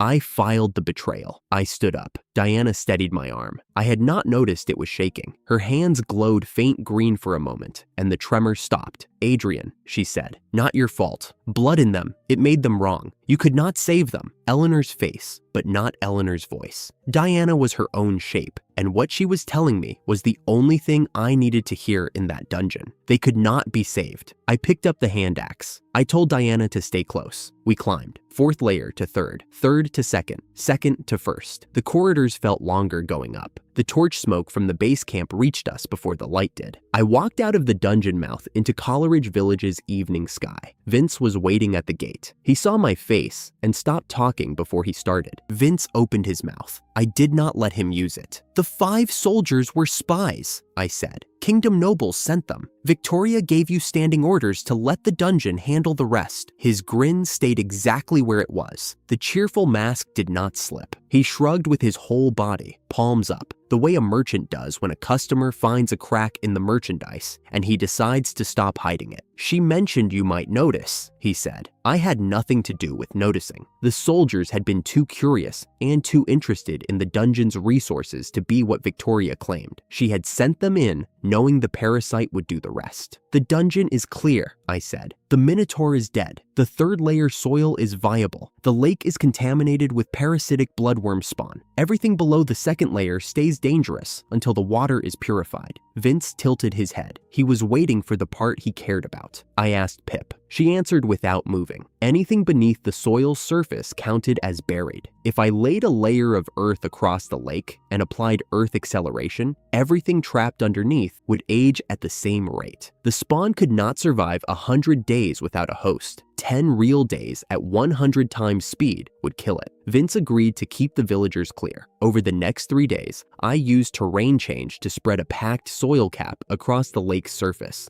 built outward in sections, each a handspan thick. On the 4th day, I slept until noon and ate everything Diana brought me. On the 5th, I activated earth acceleration, 100 times speed. The monocost was a single burn at activation, and then the skill held itself. I waited 6 more days. Faint sounds came from underneath sometimes, the water shifting as dead matter settled. On the 10th day, I peeled the cap back. The water was clear, still. It smelled like clean stone. I caught a rat from the 2nd layer and dropped it in. The rat swam to the far wall, climbed out, scratched its ear, shook itself dry, and walked back into the corridor without looking at me. Vince clapped his hands. He told me there was someone I needed to meet before the dungeon's real purpose could be named. Diana, who had been standing behind him, said one word: my mother. The hut sat at the edge of the village where the jungle pressed in. The door was thin planks held together with rope. Inside, the air was warm and close and smelled of something I could not name for 3 seconds. On the 4th second, I named it. A woman lay on a low cot against the far wall, wrapped in blankets despite the heat. Darker skin than Diana, thinner, the shape of someone whose body had been fighting a battle it could not win for longer than a year. On the table beside the bed sat a clay dish of green-gray powder and dried leaves, the powder spilling slightly over the rim. I leaned close and breathed in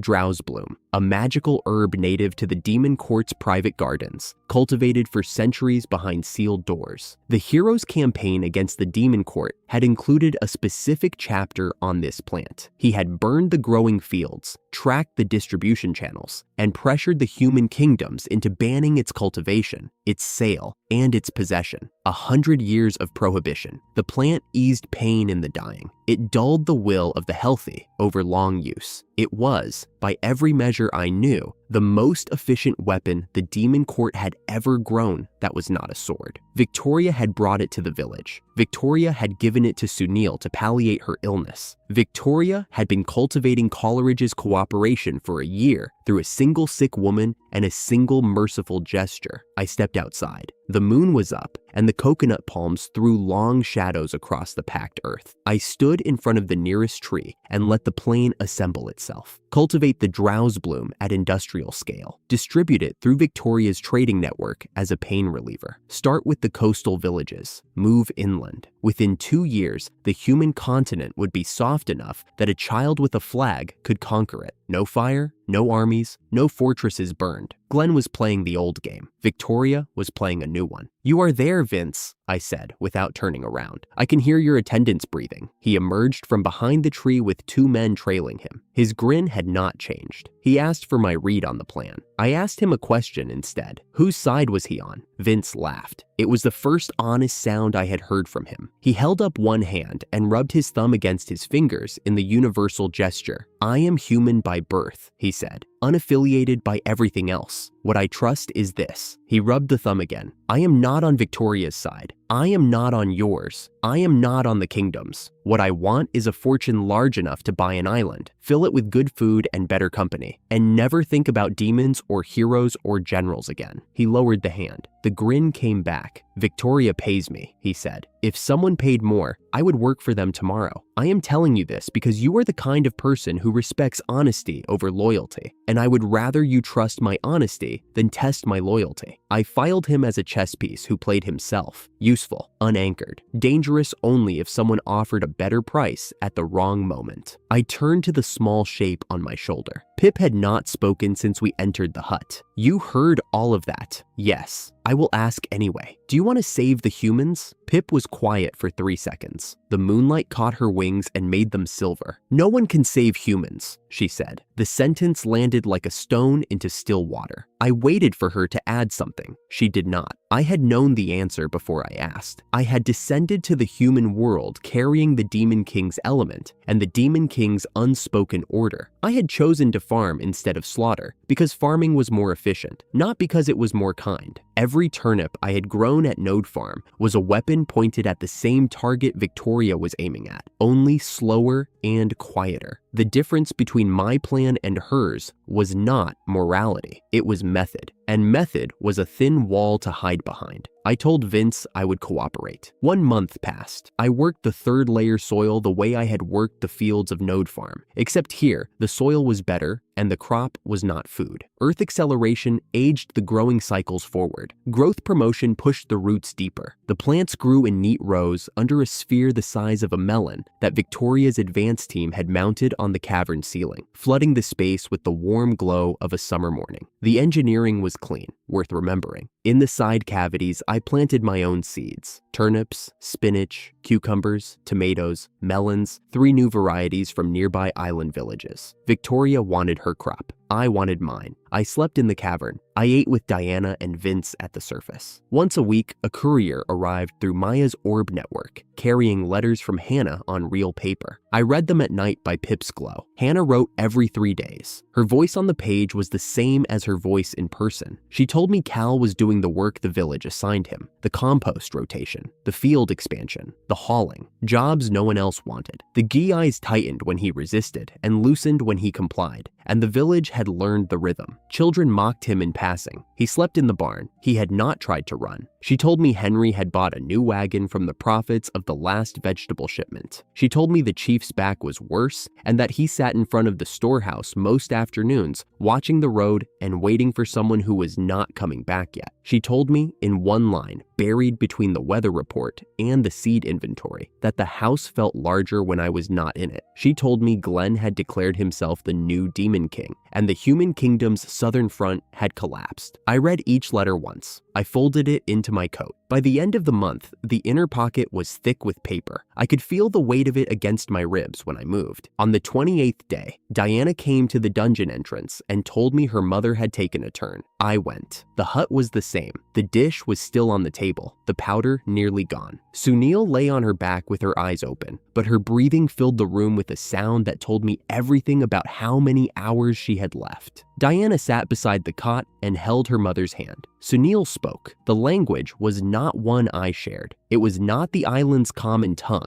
and it was not the broken trade language Diana used with me. It was something older, from whatever mainland place Sunil had fled before Diana was born. She spoke for a long time. Her voice was thin but careful, the way a person speaks when they are placing something fragile into someone else's hands, and they know they will not get to place anything again. Diana listened without moving. Her eyes filled slowly, but she did not look away from her mother's face. When Sunil finished, Diana turned to me and translated 2 sentences. Her mother had told her she had a twin sister. They could not carry both infants when Sunil fled the mainland. Her noble house had been destroyed while she was pregnant. The killers came for the heirs. Sunil escaped before they reached the children, but she could only carry one. The other infant was left with a mage's house on the mainland. Diana's voice broke on the last word. She steadied it. She turned back to her mother and held the hand tighter. Sunil died in the night. Her hand was still in Diana's hand when her breathing stopped. The illness had been killing her for a year. The drowse bloom had only ever eased the pain along the way. In the morning, I helped Diana wrap the body. The cloth was thin and clean and not enough, but it was what the village had. I carried Sunil to the edge of the village where the jungle met the graveyard. I used terrain change to carve a grave in 2 minutes. Clean walls, packed earth, room for a stone marker if someone carved one later. The villagers came at noon. They stood around the grave and mourned in the language Sunil had spoken.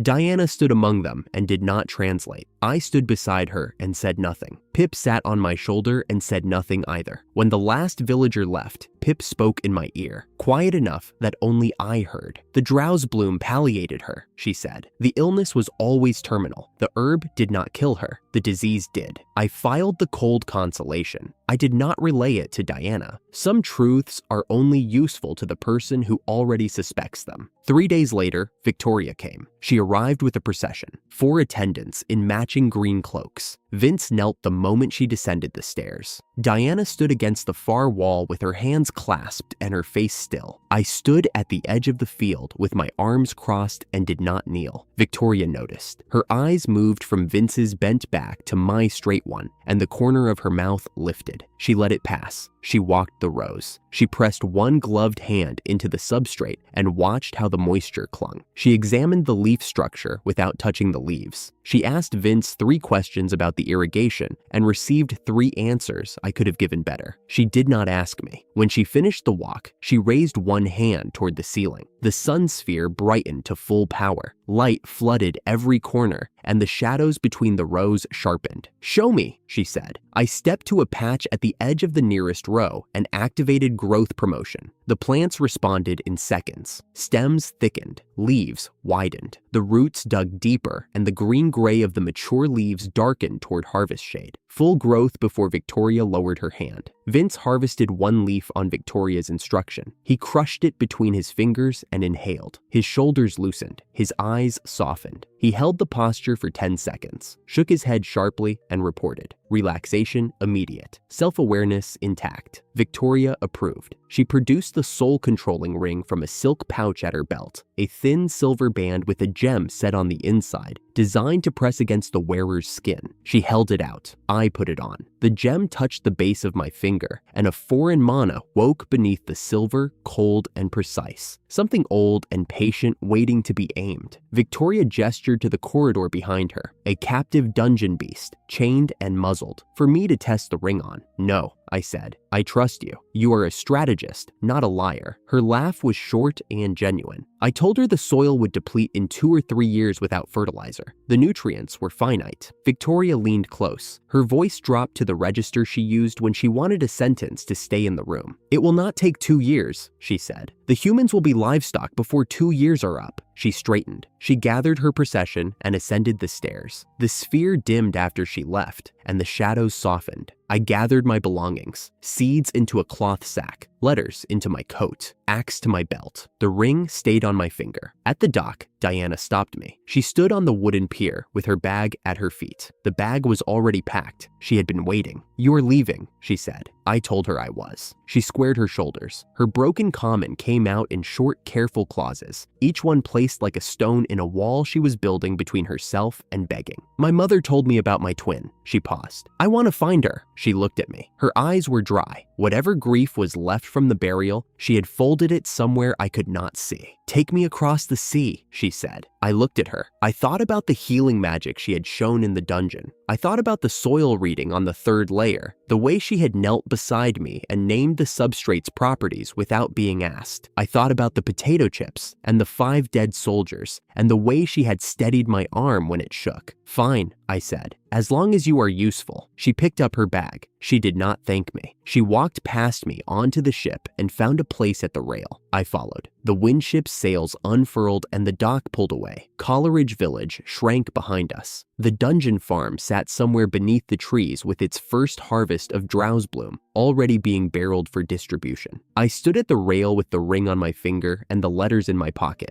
Diana stood beside me. Pip sat on my shoulder. The sea opened ahead of us, and the mainland waited on the other side. Glen had named himself the new Demon King. Cal was sleeping in a barn. Hannah's house felt larger when I was not in it. The wind filled the sails and the ship moved. The path looked shorter than I remembered. Diana and I had ridden from Penhollow in half a day. She had not spoken for the last hour. The ship had taken everything out of her, and the cart ride had not given it back. The chief was standing at the gate. He looked at Diana twice. "Eleanor has arrived early," he said. "Not Eleanor. Her name is Diana. She is from the island." He nodded. He did not believe me entirely. He gave Diana the spare room at the end of the hall and said nothing else about the resemblance. I walked the farm. The 6th field had not existed when I left. Cal had plowed it alone over the month, working outward from the 5th field into the scrubland. Uneven rows, shallow furrows, but the area was larger than the original plot I had carved on my first day. He had done it by hand. I found him at the far edge, face down in the dirt, arms shaking. The geese had him by the throat and his body had nothing left. He heard me and flinched. "Please." His voice was raw. "Let me rest for 1 hour. 1 hour and I will finish it." I knelt, pressed my palm to the soil, and pushed terrain change through the remaining strip in a single pass. The earth turned itself over, leveled, settled, 4 seconds. "Rest," I said. He scrambled backward. "I will work. Do not send me to rest. I know what rest means." He thought I was killing him. A month alone with the geese and the barn had taught him that kindness from a master meant the end. I filed the damage. I told him to pull weeds in the 2nd field. He went. His hands were still shaking when he picked up the bucket. I woke to the sound of someone breathing who was not me. Diana was on the floor cushion beside my bed, fully dressed in her travel robe, arms crossed over her chest for warmth, asleep. Her room was at the far end of the hall, where the wallboards were thinnest. The night wind came through the gaps. She did not know the chief well enough to ask for another blanket, and my room was the only door she recognized. I left her sleeping and went outside. Hannah arrived a day early. Her voice was different, sharper. The month in Penhollow had given her sentences edges they had not had before. She came through the kitchen doorway talking to the chief about seed prices, looked up and smiled. It was the first warm thing I had seen in a month. Then she walked past me toward my room to put her bag down. I got there 2 steps behind her. Hannah stood in the doorway. Diana was sitting up on the cushion, blinking, robe wrinkled, hair pressed flat on one side. The bed was unmade. The room was small enough that the cushion touched the bed frame. Her mouth closed in the wrong way. The silence that followed was the wrong kind. "She is from the island," I said. "She came in because her room was cold. She slept on the floor." Diana bowed her head. "Sorry," she said in broken common. "Cold. Room cold. I come here. Floor only." She gestured at the cushion. "Not bed. Floor." Hannah studied her for 3 seconds. Then she turned to me. "You could have given her your blanket and slept in the kitchen. I was asleep when she came in. You sleep through a woman entering your room. The geese on Cal woke me 4 times last night. By the 5th noise, I stopped hearing doors. Something in her face shifted. Not forgiveness, calculation. She was measuring the distance between what she had imagined and what she was being told, and she was deciding which measurement to trust. She turned back to the kitchen. By breakfast, the 3 of us sat at the same table, peeling turnips. Hannah did not look at me for the rest of the morning. Pip sat on the windowsill, eating a breadcrumb the size of her torso. The misunderstanding was shelved. Hannah would open it again on her own schedule. 3 days later, I took Hannah to the Goblin Cave. I gave her the ring. She turned it on her finger and looked at me. "If I point this at you, does it work?" "No. Demons are immune." She aimed it at me anyway. I felt nothing. She lowered her hand with an expression somewhere between relief and disappointment. We went in.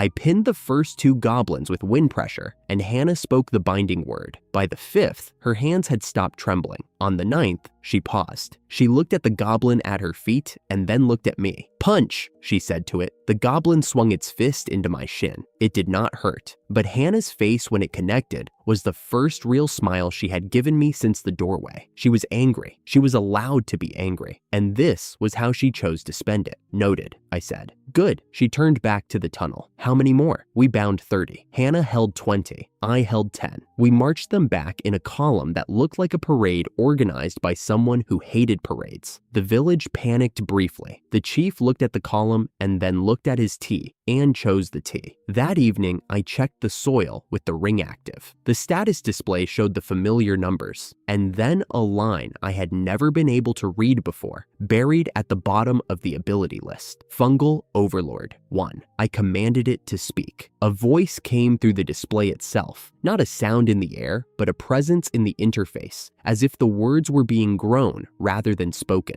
Slow, patient, the kind of voice that had been waiting beneath my feet for longer than I had been farming. Pip appeared on my shoulder. "Talk to it," she said quietly. It was a fungal network, mycelial threads running through every field I had enriched. It could control the fungi beneath the surface, decompose organic matter into nutrients, connect fields underground, and move nutrition to wherever the next crop was hungriest. Soil was not dirt. Soil was a living network. The throne room had laughed at me for holding a handful of it. They had seen the surface. I designed the plan in 3 minutes. Terrain change to shape land, earth acceleration to compress time, the fungal overlord to manage nutrients, Eleanor's machines to handle planting and harvest. Hannah was in the field teaching the goblins to march in formation. "Carts," she said without looking at me. "If we build small carts, they can haul produce to the storehouse. We need a transport line." She had read my intent before I named it. 10 days later, the farm was finished. 16 fields, 4 rows of 4, stone paths between them, underground water channels beneath, 11 crops across 13 fields, earth acceleration at 20 times on root vegetables and 70 on greens. The overlord managed nutrients beneath all 16 plots, threading mycelium from field to field. The 14th field was empty. Hannah had objected. "Every vegetable here can be harvested in 3 days," she said. "Why waste a field on nothing?" "Because the order that matters will not wait 3 days, and the buyer who places it will not come back if we are late." She held her ground for 10 seconds. Then she went back to the goblin rotation. The 15th was Diana's project. Island vegetables nobody on the mainland had seen.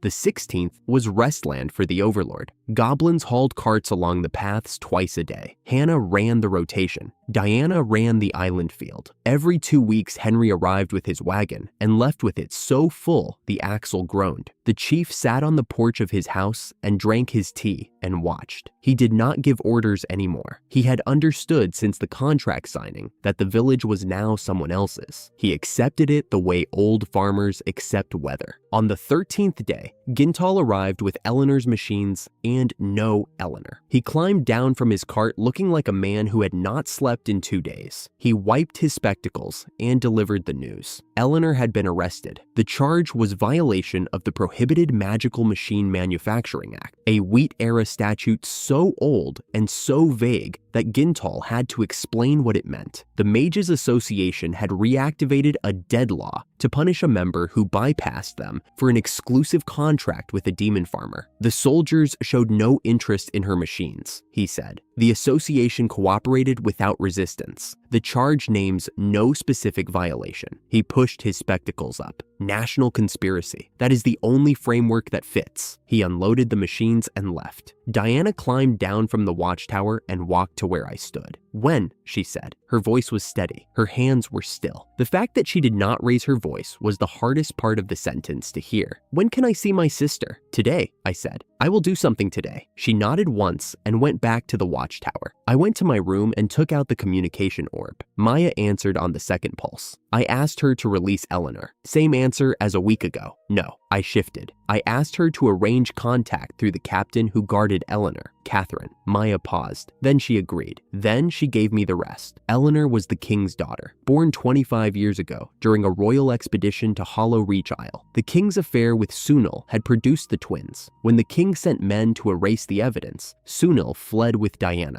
The child she left behind was Eleanor. I sat with it, Maya continued. Over the past several years, operating as Catherine, she had eliminated the king's 4 adult sons, princes in their 20s and 30s, each one removed from the succession permanently. Eleanor was now the only living blood heir. A festival in 28 days. The king would present her. Maya wanted Eleanor on the throne because a queen she had positioned was a queen she controlled. She wanted my vegetables at the festival because a farmer who fed the court walked through the gates. I thanked her. I closed the orb. I went outside. Diana was still on the watchtower. I climbed up and sat beside her. I did not tell her what I had learned. We watched the sun go down, and the silence between us was the kind that carries weight without breaking. That night, alone, I asked Pip. The question had been sitting in my chest since the day she appeared on my shoulder. I had circled it in the dungeon when she knew the Minotaur's pattern before I did. I had circled it again when she identified Victoria's plan before Victoria named it. When she diagnosed the parasite before I opened the infected body. When she named the drowse bloom on sight. 4 phases of evidence, each one a pin in a map I could not read. What are you? She was quiet for a long time. Not the dry wit quiet of someone building a punchline. The other kind. I am the guardian of the earth element, she said. The last one. The others were killed by the hero. I waited. Fire, water, wind. Each element had a guardian. The hero killed them to take full control of the original elements. Without a guardian, the element consumes its bearer. That is why the Demon King survived when the hero struck him down. The earth element still had me. I kept it from eating him alive. The room was very still. I looked at the fairy who had been sitting on my shoulder since the day I opened my hand in the throne room and found dirt, 2 centimeters tall. She had saved the Demon King's life and had never said a word about it. Thank you, I said, for telling me. Something crossed her face I had never seen before. Not dry, not mocking. For the span of one breath, it looked like relief. Then the mask came back. She turned away and pretended to examine the lamp. I lay down.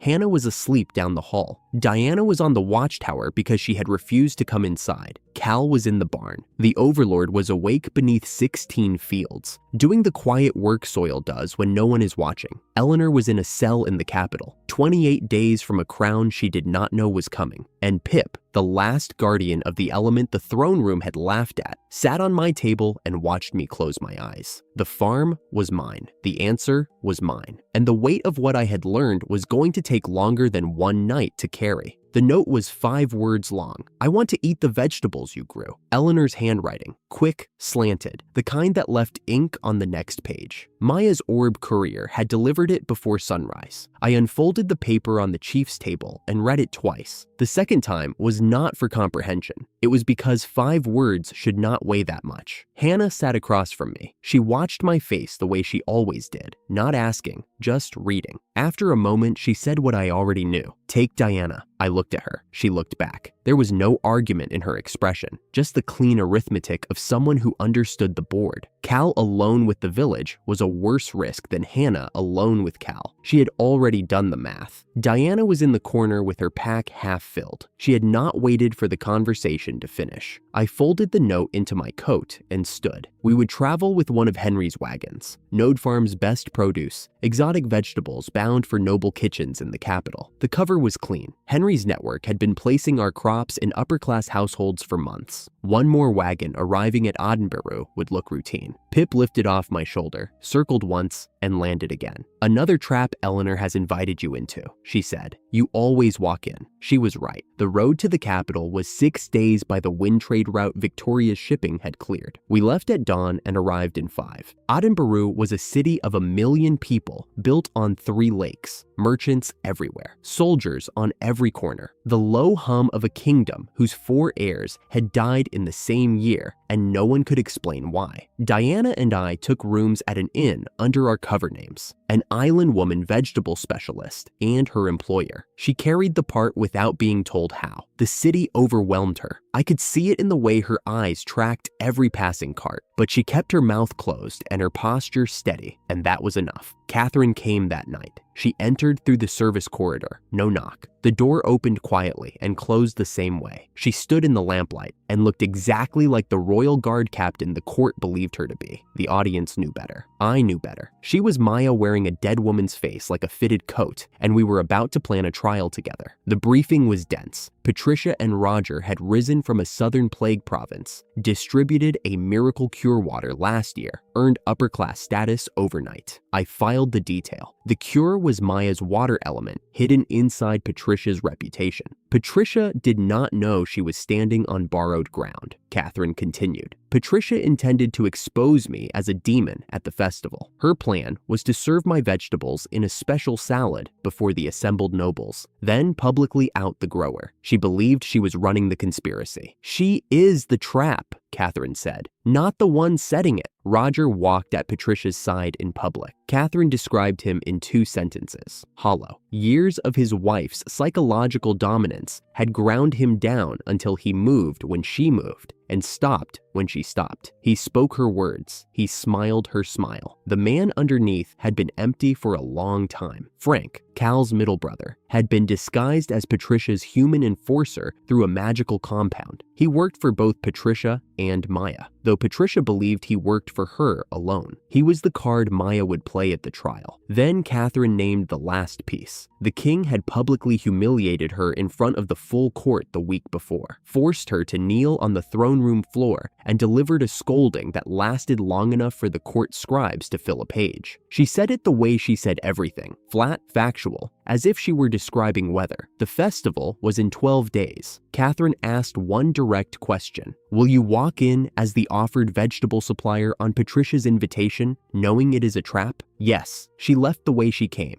The door barely moved. Pip, on the edge of the table, waited until the corridor went silent. The husband, she said. He is the kind of broken I have seen before, in demons whose lords have hollowed them out. I filed the observation, turned down the lamp. Diana was already asleep in the next room. The city breathed outside the shutters, and I sat in the dark mapping a board I had not built but was about to walk across. Hogan's house smelled like old paper and cold tea. He was over 70, alone since Eleanor had been placed in royal custody, the kind of exhausted that settles into a man's posture when his last meaningful work is still unfinished. He received me at his door with cautious courtesy, the politeness of someone who has stopped expecting visitors. When I named the 4 original elements directly, his face changed. Not surprise, relief. The way a man's shoulders drop when someone finally asks the question he has been carrying for decades. He confirmed what Catherine had only outlined. His family had been guardians of the elements for generations. The hero took them by force during the war against the Demon King. The elements consumed their bearers without a guardian's mediation. That was the mechanism, the reason bearers burned through their own power. The assassinations of the 4 princes had been carried out using the water element. I did not name Maya. Hogan did not ask. He had been meant to pass the guardianship to Eleanor, his adoptive daughter, before the hero arrived. He never got the chance. I asked him to testify at the festival trial. Yes, he said it without hesitation. His hands were flat on the table. I have been waiting for someone to ask. He told me he had tried the week before, stood up at a military assembly, and laid out the elemental theory to the full room. They had laughed him off the floor. An old mage with no notable achievements talking about ancient stones. Catherine would use that humiliation now. The court had dismissed Hogan once. When his testimony proved right at the trial, the dismissal would turn into proof of the court's blindness. I thanked him. I left through the front. Diana had waited in the kitchen with Hogan's housekeeper. She fell into step beside me on the cobbled street. After a block, she asked quietly whether Eleanor knew about Hogan. Yes, I said. She heard the silence underneath the word. She looked at me, those hazel green eyes that were Eleanor's eyes in a quieter frame, and did not press. But she filed it. I could see her filing it the way I filed things. She knew I was withholding something. She chose to let me owe her the answer. The free market was twice the size of anything I had seen outside the capital. Stalls packed shoulder to shoulder, merchants shouting prices over each other. Diana and I set up near the far end under Henry's banner, selling Node Farm produce under our cover. I saw Patricia before she saw me. She moved through the crowd with a tall man one step behind her, darting eyes. A build I recognized from Cal. brow, the family shoulders, the way the weight sat forward. Frank. He looked like a coiled spring dressed in soldier's clothes. Patricia stopped at one of the stalls selling our potatoes. She asked the merchant about the producer. The merchant, who did not know me by sight, gave the name.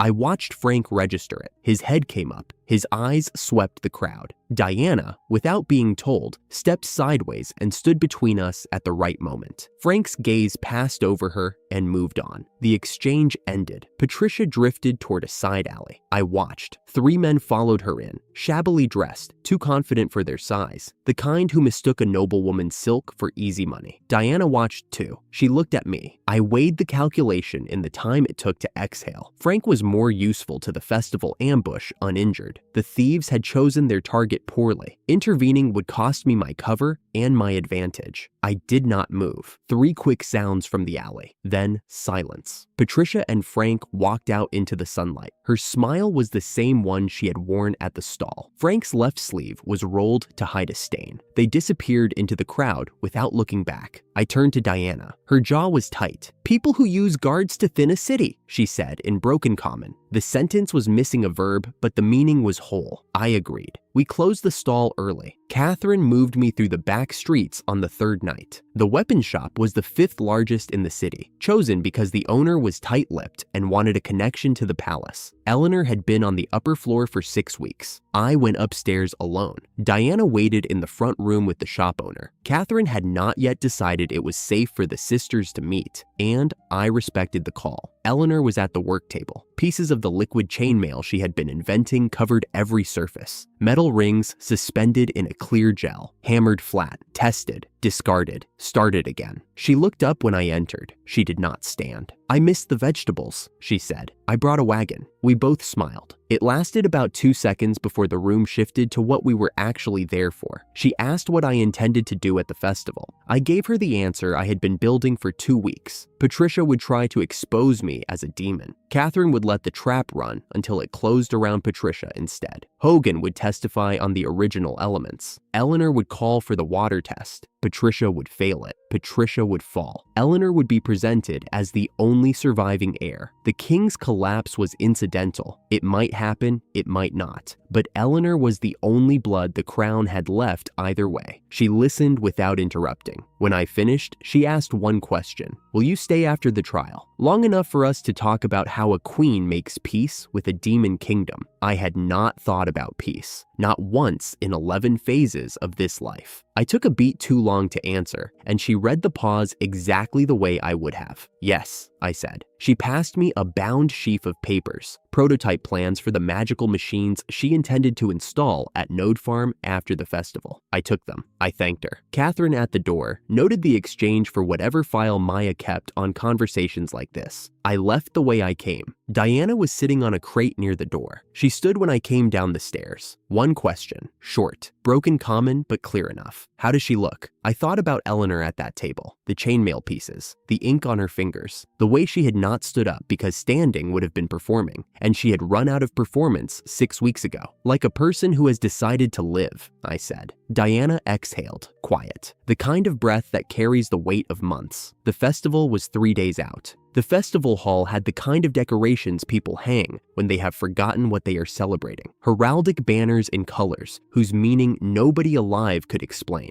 Gold thread on fabric older than the nearest living noble. I was not in the hall yet. I was behind a side door with Pip under my coat and a basket of my own vegetables against my hip. Diana was somewhere in the rear gallery, hooded, blended into the visiting delegation. Her job was to watch. Mine was to be watched. Through the crack in the door, I could see the dais. The king entered from the upper wing. He looked older than the man Catherine had described. His staff struck the floor with each step, and the rhythm was not ceremony. It was load-bearing. He spoke. Tradition. The kingdom endures. The 4 princes whose deaths he still called misfortune rather than murder were mourned in the same breath as saints. Then he turned and presented Eleanor. She came in from the side passage in the formal dress Catherine had selected. dark fabric, fitted, a thin gold circlet that sat on her hair like it was apologizing for being there. She bowed to her father. She took the smaller seat beside the throne. She did not smile. Patricia was at the third table from the dais. Frank stood 2 paces behind her in his soldier disguise, hands behind his back. She signaled her servants before the first toast had landed. The salad came out on wide ceramic plates: lettuce, cucumber slices, tomato, pumpkin, edamame in a red sauce, my vegetables. Grown in soil I had fed with my own mana for 2 years. The nobles ate it the way nobles eat anything, carelessly. Patricia tasted hers first, a public show of safety. She set her fork down, waited. Within 5 minutes, the room shifted. A baroness near the far wall began to cry, not sobbing, just tears rolling down her face, while she stared at the candelabra. 2 minor lords stood simultaneously, and one grabbed the other's dish, accusing him of taking his portion. A woman laughed too loudly at nothing, and then stopped and looked at her own hands. The mana in the vegetables was too concentrated for human bodies that had never trained to hold it. The magic load dissolved the quiet walls people build between what they feel and what they show. Loose tongues, sudden honesty, old resentments surfacing like bubbles in still water. Not poison, not a drug, just the truth pushing through bodies that could not contain it. Patricia watched the chaos with a smile I could see from 20 paces. She had served my vegetables to every noble in the room and waited for the room to prove what she already believed, that the food was dangerous and that the grower was worse. A noblewoman leaned in and asked where the salad had come from. Patricia answered sweetly, "Node Farm, a man named Adrian." The nobles demanded to meet him. Patricia announced she had already arranged it. She signaled Frank. The doors at the far end of the hall opened. I walked in carrying my basket, 2 short horns, purple skin, a farmer's clothes. Every eye in the hall swung to me the way compass needles swing north. I crossed the floor toward the dais and stopped 12 paces from the throne. Patricia's trap had just closed. Catherine's had just begun to open.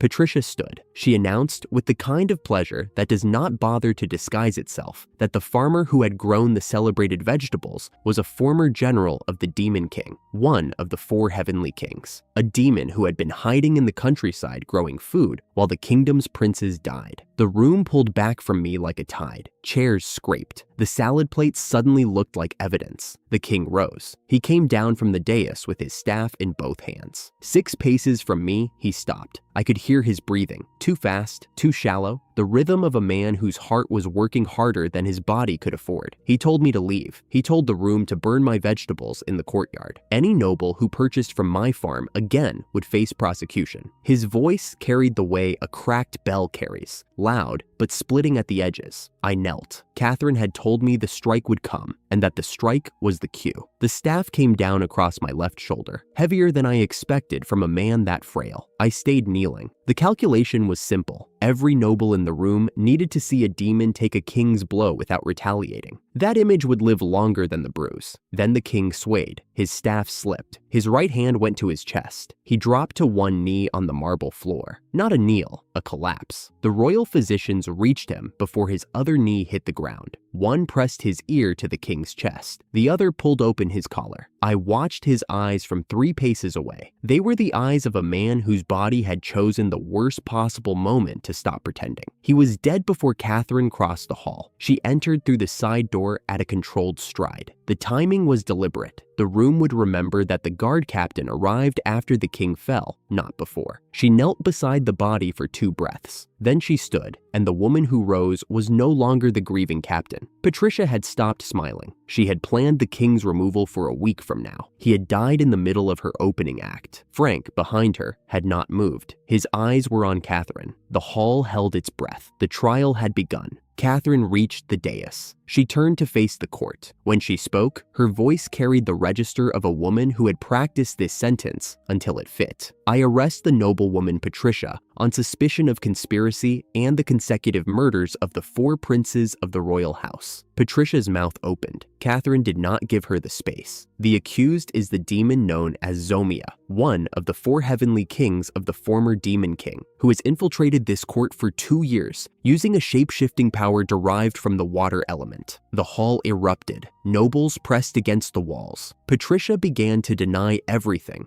but the words were aimed at a room that had been prepared not to hear her. Catherine had spent 2 years building the architecture of this moment. The infrastructure of belief was already leaning against the woman at the third table. Catherine produced her evidence in 3 clean strokes. First, she called for the witness from Penhallow. Hogan stepped forward from the noble gallery, gaunt, his robe hanging on his stooped frame. He walked to the center of the hall the way a man walks when he has been waiting decades to say one thing out loud. He testified that the water element had been used to kill the 4 princes. Only one demon had access to it. That demon's name was Zomia. Second, a side door opened and Roger walked in. He looked like a man whose strings had been cut. He testified in a hollow voice that Patricia had obtained a blue gemstone 2 years ago from an unknown source, that she had changed after, that the woman he married and the woman who controlled him were not the same person. Patricia screamed his name. He did not look at her. Third, Frank moved. He had been standing behind Patricia for the entire festival. In one motion, he pinned her arms from behind, and his right hand came out of her concealed pocket, holding a blue gem the size of a walnut. "It is over, Patricia." His voice was flat. He walked the gem to Hogan. Hogan took it in both hands and held it up to the light. The gem pulsed blue, the color of deep ocean water seen from a cliff. "This is the water element." His voice was slow and careful, and it carried to every corner of the hall. Without doubt, the room lost its breath. Patricia, restrained, stopped struggling. I watched her face cycle through fury, then calculation, then something that might have been admiration for the trap's construction. She laughed. "It is you, Catherine." Her voice was raw and clear, and it cut through the murmuring like a blade. "You are Zomia. You used Frank to kill the heirs. You set this entire trial." The room heard her. Catherine stood still, hands behind her back, expression unchanged. And the room that had watched Catherine grieve over the king's body, the room that had seen her serve the crown for 2 years without a misstep, did not believe Patricia. A correct accusation, spoken plainly, heard by every person in the hall, rejected by all of them. The truth had died in the air between her mouth and their ears. Patricia repeated her accusation. Catherine needed to close the door. I stepped forward. Pip had coached the framing the night before. I spoke 2 sentences to the court. Shape-shifting magic of the kind used by demon nobles was set on a magical soap base, and water dissolved the compound. I proposed the water test. Pour water on both women. The demon would be exposed. Catherine agreed publicly before the room could object. A soldier brought a pitcher. Catherine took it, held it above her own head, and poured. Water ran down her hair and across her face. Her features stayed exactly the face the court had known for 2 years. Her concealment was wind element, not soap. The water had nothing to dissolve. She set the pitcher down. "Now, her." Patricia refused. Her voice climbed toward a register cracking at the edges. She said it was a trap. The room had watched Catherine pour water on herself without flinching, and that was the only evidence it needed. The soldier poured water on Patricia. Her skin darkened. Purple pushed through the surface like a bruise spreading in real time, as if the human mask were being washed away. Small horns pushed through above her temples. Short, blunt, the horns of a demon whose shape-shifting had forced them into hiding. The room recoiled as one breath. She stood in the center of the hall with water dripping from purple skin,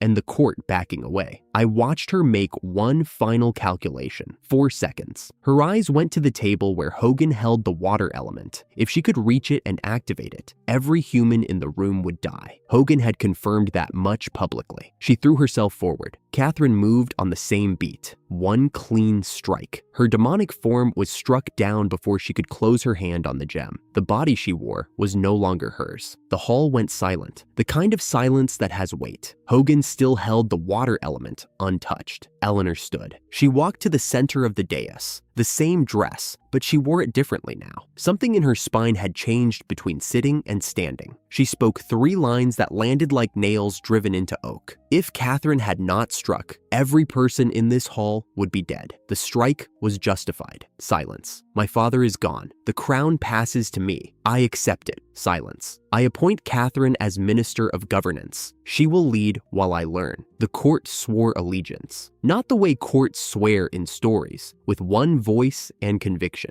They swore the way frightened people swear, when the alternative is worse. One noble at a time, from the front row backward. Hogan knelt and offered the water element. Eleanor received the gem, held it for one breath, and handed it back to him for sealing. Catherine accepted the ministerial appointment the way someone accepts a coat they have already been wearing. The festival resumed. Salad plates cleared. Wine carts rolled in. The hall filled with the cautious noise of people pretending that what had just happened was behind them. It was not. It was standing at the dais in a thin gold circlet. In the rear gallery, Diana removed her hood. I saw her face the moment Eleanor's eyes found it. Across the width of the hall, Eleanor's composure cracked in the small way I had been waiting for. Her lips parted. Her chin dipped. She was looking at a face identical to her own. Catherine stepped to the front of the dais and announced one more witness whose presence had been kept secret for her safety. Eleanor's twin sister, raised on Hollow Reach Isle. Diana walked forward from the gallery. The nobles parted for her without understanding why. She walked the way she did everything, with the stillness of someone who had been waiting a long time to arrive. She stopped in front of her sister. One line, in broken common, shaped around a language that was not this one. Mother said, "You are." Eleanor's eyes went bright. She did not embrace Diana. Not here. Not with the court watching. She nodded at Catherine. Catherine gestured the sisters toward the private wing. They walked together, and the gap between them was 3 inches and 20 years. I slipped out through a side door while the wine carts were still rolling. The antechamber was not empty. Catherine was already there, hands folded in front of her the way a minister stands. "What a farce," I said. She did not flinch. She did not smile. She answered with the line I had been expecting since the day she walked into my in-room and laid the board out in front of me. "Our purposes are the same," Catherine said. "All for the Demon King." I filed the agreement. All the political machinery, the salad, the staff strike, the evidence, the water test, the crown, all of it had been built by a demon wearing a dead woman's face for the sake of a wounded king sealed in stone 1,000 kilometers away. I had walked through every door she opened because that wounded king was my friend. The farce was that it worked. The farce was that Eleanor would be a good queen. The farce was that Patricia had been right about Catherine and wrong about everything else, and the truth had gone with her. Pip crawled out from under my collar and perched on the lamp bracket. "1 element to her," she said. 3 still to him, Glen, fire in his hand, and the demon court fragmenting in his direction. 3 elements still out there. Wind, water now sealed for Eleanor, and earth in my pocket where it had always been. Glen had none yet. The word yet was the problem. I left through the palace's side entrance. Diana was on the steps, standing in the late morning sun with her hood off and her face turned toward the sky. She was radiating a quiet joy I had never seen on her. She had walked into a trial and walked out with a family. Catherine watched us go from the upper balcony. I did not look back. Somewhere inside, Eleanor was learning what a crown weighed. I walked down the steps with Diana beside me and Pip on my shoulder, and the farce settling into my bones like an old bruise that had finally been named. I woke to the smell of bread I had not ordered. The room was the same one I had paid double for 2 nights ago. Same low ceiling, same crooked window frame, but the light through the curtain was gold instead of gray. And there was Hannah. She was sitting at the small table by the window with a newspaper open in front of her, reading it with the expression she used for harvest tallies at Node Farm, the one that meant the numbers were either very good or very bad, and she had not decided which. The wooden hair ornament Henry had given her sat in her hair like it had never left. She had come. The trial news must have reached Penhallow before sunset. Hannah had been on the road within the hour. I sat up. She did not look up from the paper. "Good morning," I said. She slid the newspaper across the table toward me without turning around. "Read the back first." Pip, asleep in the fold of my collar since the previous night, lifted one wing, yawned with her entire body, and settled back down. I picked up the paper. I read the headline, "King Godric dead, Queen Eleanor ascends. Demon farmer Adrian saves royal house." Below it, in a woodcut that someone had worked through the night to carve, was a portrait of me. The artist had given me a wide, warm, public smile. I had never made that face in my life. The horns were there, softened. The eyes were friendly. The whole image was a stranger wearing my skin and enjoying it. I turned to the back page. The full article ran the length of the sheet. It named me as a former general of the 4 heavenly kings who had broken with the demon court to serve human peace. It credited me with exposing the shapeshifter and called the vegetables I grew a national treasure. It used phrases like selfless cooperation and uncommon valor and a farmer's humility. Catherine had written this. The prose was hers. She had said it in type and had it on every street corner before the sun came up. Not a word of it was a lie in the way that mattered, and all of it was a lie in the way that mattered more. The paper folded in my hands. "I have never seen you smile that big," Hannah said, turning to face me. Her mouth was doing the thing it did when she was trying not to laugh. "That is not my smile." "I know. That is why it is funny." Pip opened one eye from my collar. "I did not realize this city had a press that worked overnight," she said. "Someone wanted this read before breakfast." A knock came at the door. The innkeeper entered carrying a second tray. Fresh bread cut thick, soft cheese, a bowl of strawberries the inn had not stocked 2 days ago, a small carafe of wine. He set it down with trembling hands. He hoped the great Lord Adrian and the gracious Lady Hannah would find the morning to their liking. His voice cracked on the word gracious, because the last time he had spoken to me, he had charged me double for the cheapest room and closed the door before I could answer. I let him have his face. The reversal was funnier when the man believed his own performance. Hannah reached for a strawberry. She held it up to the light like a jewel, turned it once, and bit into it. "I am going to enjoy this morning," she said. She did. We stepped out of the inn into the main thoroughfare, and the city changed shape around us. It did not happen at once. The first 20 paces were ordinary, cobblestones, morning light, the smell of bread from a bakery 3 doors down, a woman sweeping her steps, a boy leading a mule loaded with sacks of grain, the kind of street that does not care who you are because it has seen everyone. Then the sweeping woman looked up. Her broom stopped. Her eyes went to my face, then to the newspaper tucked under my arm, then back to my face. She gasped. She actually gasped, like a woman in a stage play who has just been told the villain is in the room. She bowed so fast her back cracked. Within 50 paces, 3 more. A grain merchant closing his shutters reversed course and opened them again when he saw me coming. A pair of young clerks from one of the legal houses stopped on the sidewalk and stared. One of them whispered to the other. The other covered his mouth. Both bowed. Within 100 paces, the street was not mine anymore. Old women appeared from doorways I had not noticed. They pressed small dried flower charms into Hannah's hands, one after another, folded in scraps of clean linen. Blessings for the demon who had saved the royal house. Blessings for his wife. Blessings for the harvest. One woman, easily 70, took Hannah's wrist with both hands and would not let go until Hannah accepted a charm made of lavender and wheat stalks tied with a red thread. Hannah accepted it with the grace of a woman who had been accepting things from strangers since the day she learned to run a 16-field operation.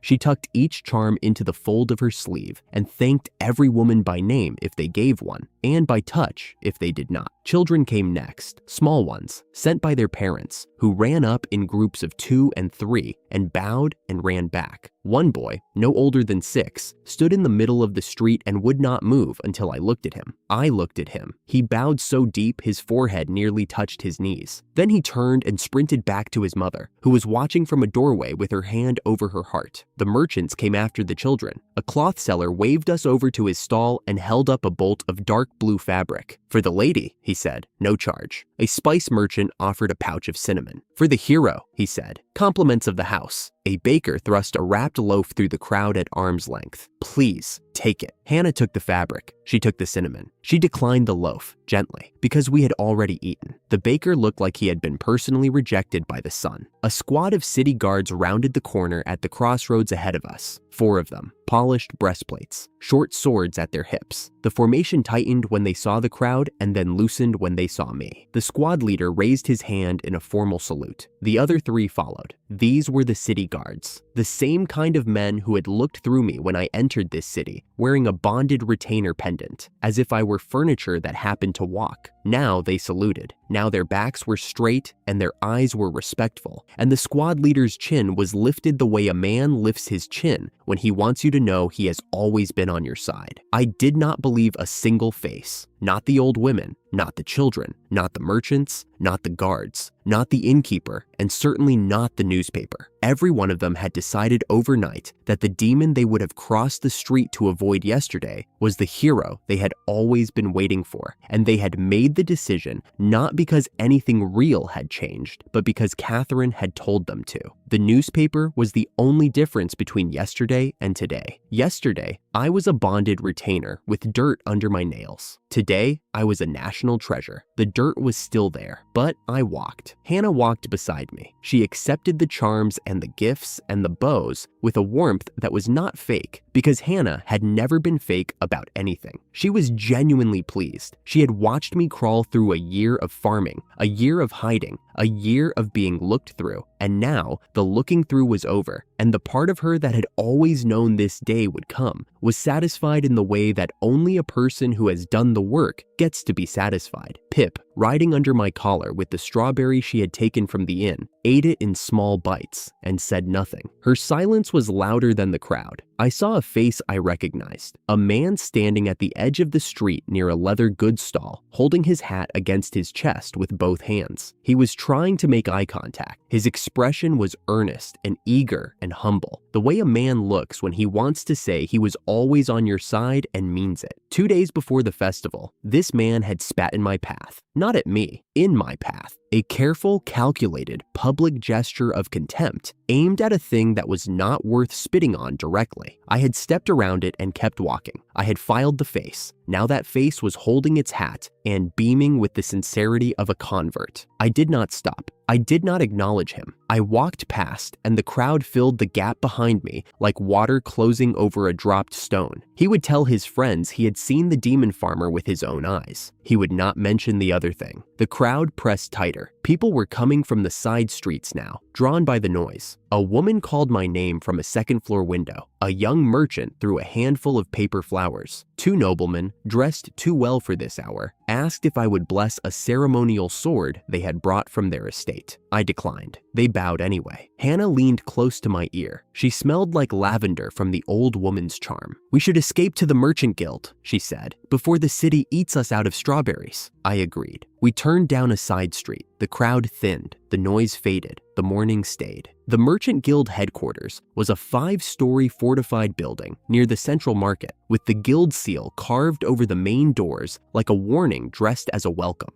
We pushed through into a wide entry hall that smelled of paper and money. The receptionist recognized me on sight. She stood. Within 30 seconds, the hall was full of merchants. They came from side offices, down the stairs, through doors I had not seen open. Distribution contracts, transport partnerships, exclusive supply arrangements, each offer louder than the last. Hannah handled 4 of them in 2 minutes. She gave each one a set of numbers they would need to go away and calculate, delivered with a precision that made them blink and reach for their notebooks. I watched it happen and did not interrupt. Henry was in an antechamber off the main hall, sitting on a bench with a leather folder in his lap, sweating. He had been waiting since sunrise. He stood and tried to say he had been about to come find me, which was a lie so small it barely counted. I let him keep it. Hannah took the folder and told him we would read it later. He sat back down, looking relieved, which was the right look for a man whose livelihood depended on not being replaced. Then the doors at the far end of the hall opened. The man who came through them was not what I expected. He was bald, roughly 6.5 feet tall, broad across the shoulders in a way that suggested he had personally carried every barrel in his warehouse, tanned brown from his own inspections, about 40 years old and carrying those years like muscle. I asked Hannah, quietly, whether I had walked into the wrong building. Wallace clapped his hands once. The sound cracked across the hall. He dismissed the lesser merchants in 3 sentences, and the hall emptied. Then he walked us past the desk and up the stairs himself. No deputy, no assistant. His voice filled the stairwell the way a bonfire fills a clearing. At the top, he stopped at a heavy door, turned, and offered his hand. Not the polite grip of a merchant greeting a client. The kind of grip that said, "I know what you are, and I want you to know that I know." I returned it in kind. My hand had pulled an axe through worse. Wallace's matched it. He laughed. A big laugh, the kind that comes from the chest. He opened the door and gestured us inside. The negotiation suite was a single room with 1 wide window overlooking the market below. Polished hardwood table, 3 leather chairs, a service cart with tea already set. Wallace poured the cups himself and sat across from us, and the table became the distance between what he wanted and what I would give him. The signing fee, Wallace said, for the exclusive partnership I am proposing is 100 million zeni. He said it the way a man says the weather is clear today. The number sat in the room like a piece of furniture that had been delivered while we were not looking. I had been ready for 100,000. On the optimistic side, 1,000,000. I had done the math on the walk here, and the math had come out generous at 1,000,000. I had not been ready for 100 million. Pip, hidden in my collar, shifted. I did not realize the human kingdom had that much money sitting around, she said, quietly enough that only I heard her. Hannah did not blink, but her hands folded differently on the table, the fingers laced instead of lying flat. That was her tell. Wallace watched me, not the innkeeper's smile, the smile of a man who has played this hand before and knows exactly how long the silence lasts. I asked him why. He answered in 3 parts. First, the vegetables raised the magic ceiling of any human who consumed them. Every mage in the kingdom would buy them. The academy alone could absorb a quarter of the supply, at rates that would make the 100 million look like a deposit. Second, the political reversal had made me a public asset. Locking me into an exclusive contract before any other guild reached me was worth more than the signing fee in market position. Yesterday, I was a bonded retainer. Today, I was a national hero. Wallace intended to be first. Third, his guild funded the kingdom's southern resistance against Glen's army. An exclusive supply of magic power-raising food to that resistance was the most direct way to slow Glen at the gate. My vegetables were the difference between a defensive line that held and one that folded. The third reason was the one that landed. Not because it was the most profitable, because Wallace had just told me a truth he did not have to share. He could have stopped at the market logic. Instead, he put the military angle on the table himself, the way a man puts a weapon down when he wants the other side to know he is not hiding anything. "You are half demon," I said. Wallace looked at me for a long moment. The smile did not change, but the thing behind it did. He was deciding whether to lie. Then he decided not to.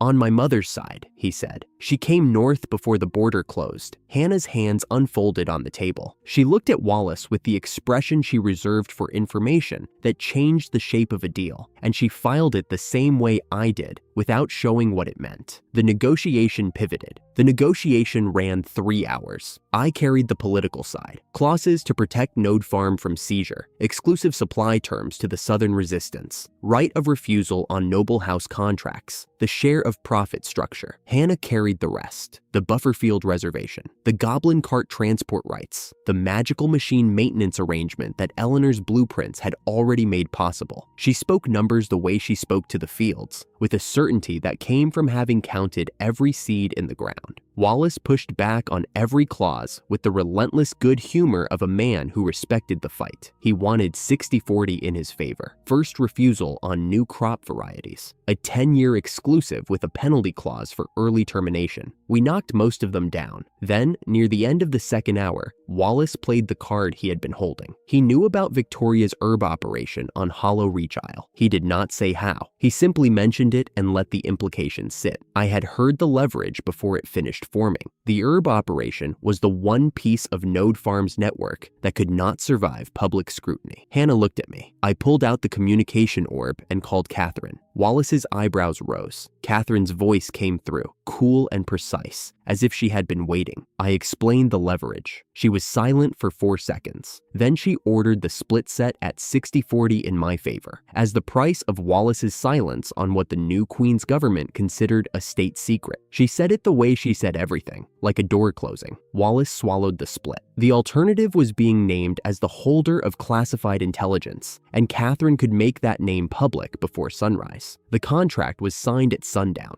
Wallace signed with a flourish. "The kingdom now owes the demon farmer its dinners and its survival," he said. I signed with no flourish. I said nothing. Hannah signed as the village's representative for the first time. Her signature was small, precise, and steady. She looked up and smiled. Not the crowd's smile, the real one. Within the hour, 2 of Wallace's guards carried a small chest into the room. The signing fee. It sat on the table between us like a piece of fruit. I folded the contract into my coat pocket beside the communication orb and Eleanor's machine blueprints, and I stood. Pip, riding in my collar through the entire negotiation, lifted herself to my shoulder for the first time since the inn. She looked at the chest. She looked out the window at the city going dark. "The throne room laughed 3 months ago," she said. "It is not laughing now," I agreed. We walked out of the Merchant Guild at dusk. Hannah was beside me. The chest sat in a discreet cart behind us. The city was settling into evening, and the lamps were being lit. I thought about the throne room, the 3 explosions of light, and the pile of dirt that had fallen from my hand, while every demon noble in the room laughed. The innkeeper who had charged me double and served me free. The man who had spat in my path and held his hat. The guards who had shackled me and saluted me. A newspaper portrait wearing a smile I had never worn. Not a single face earned my belief. But the contract was real. The woman walking beside me was real, who had come back because she chose to,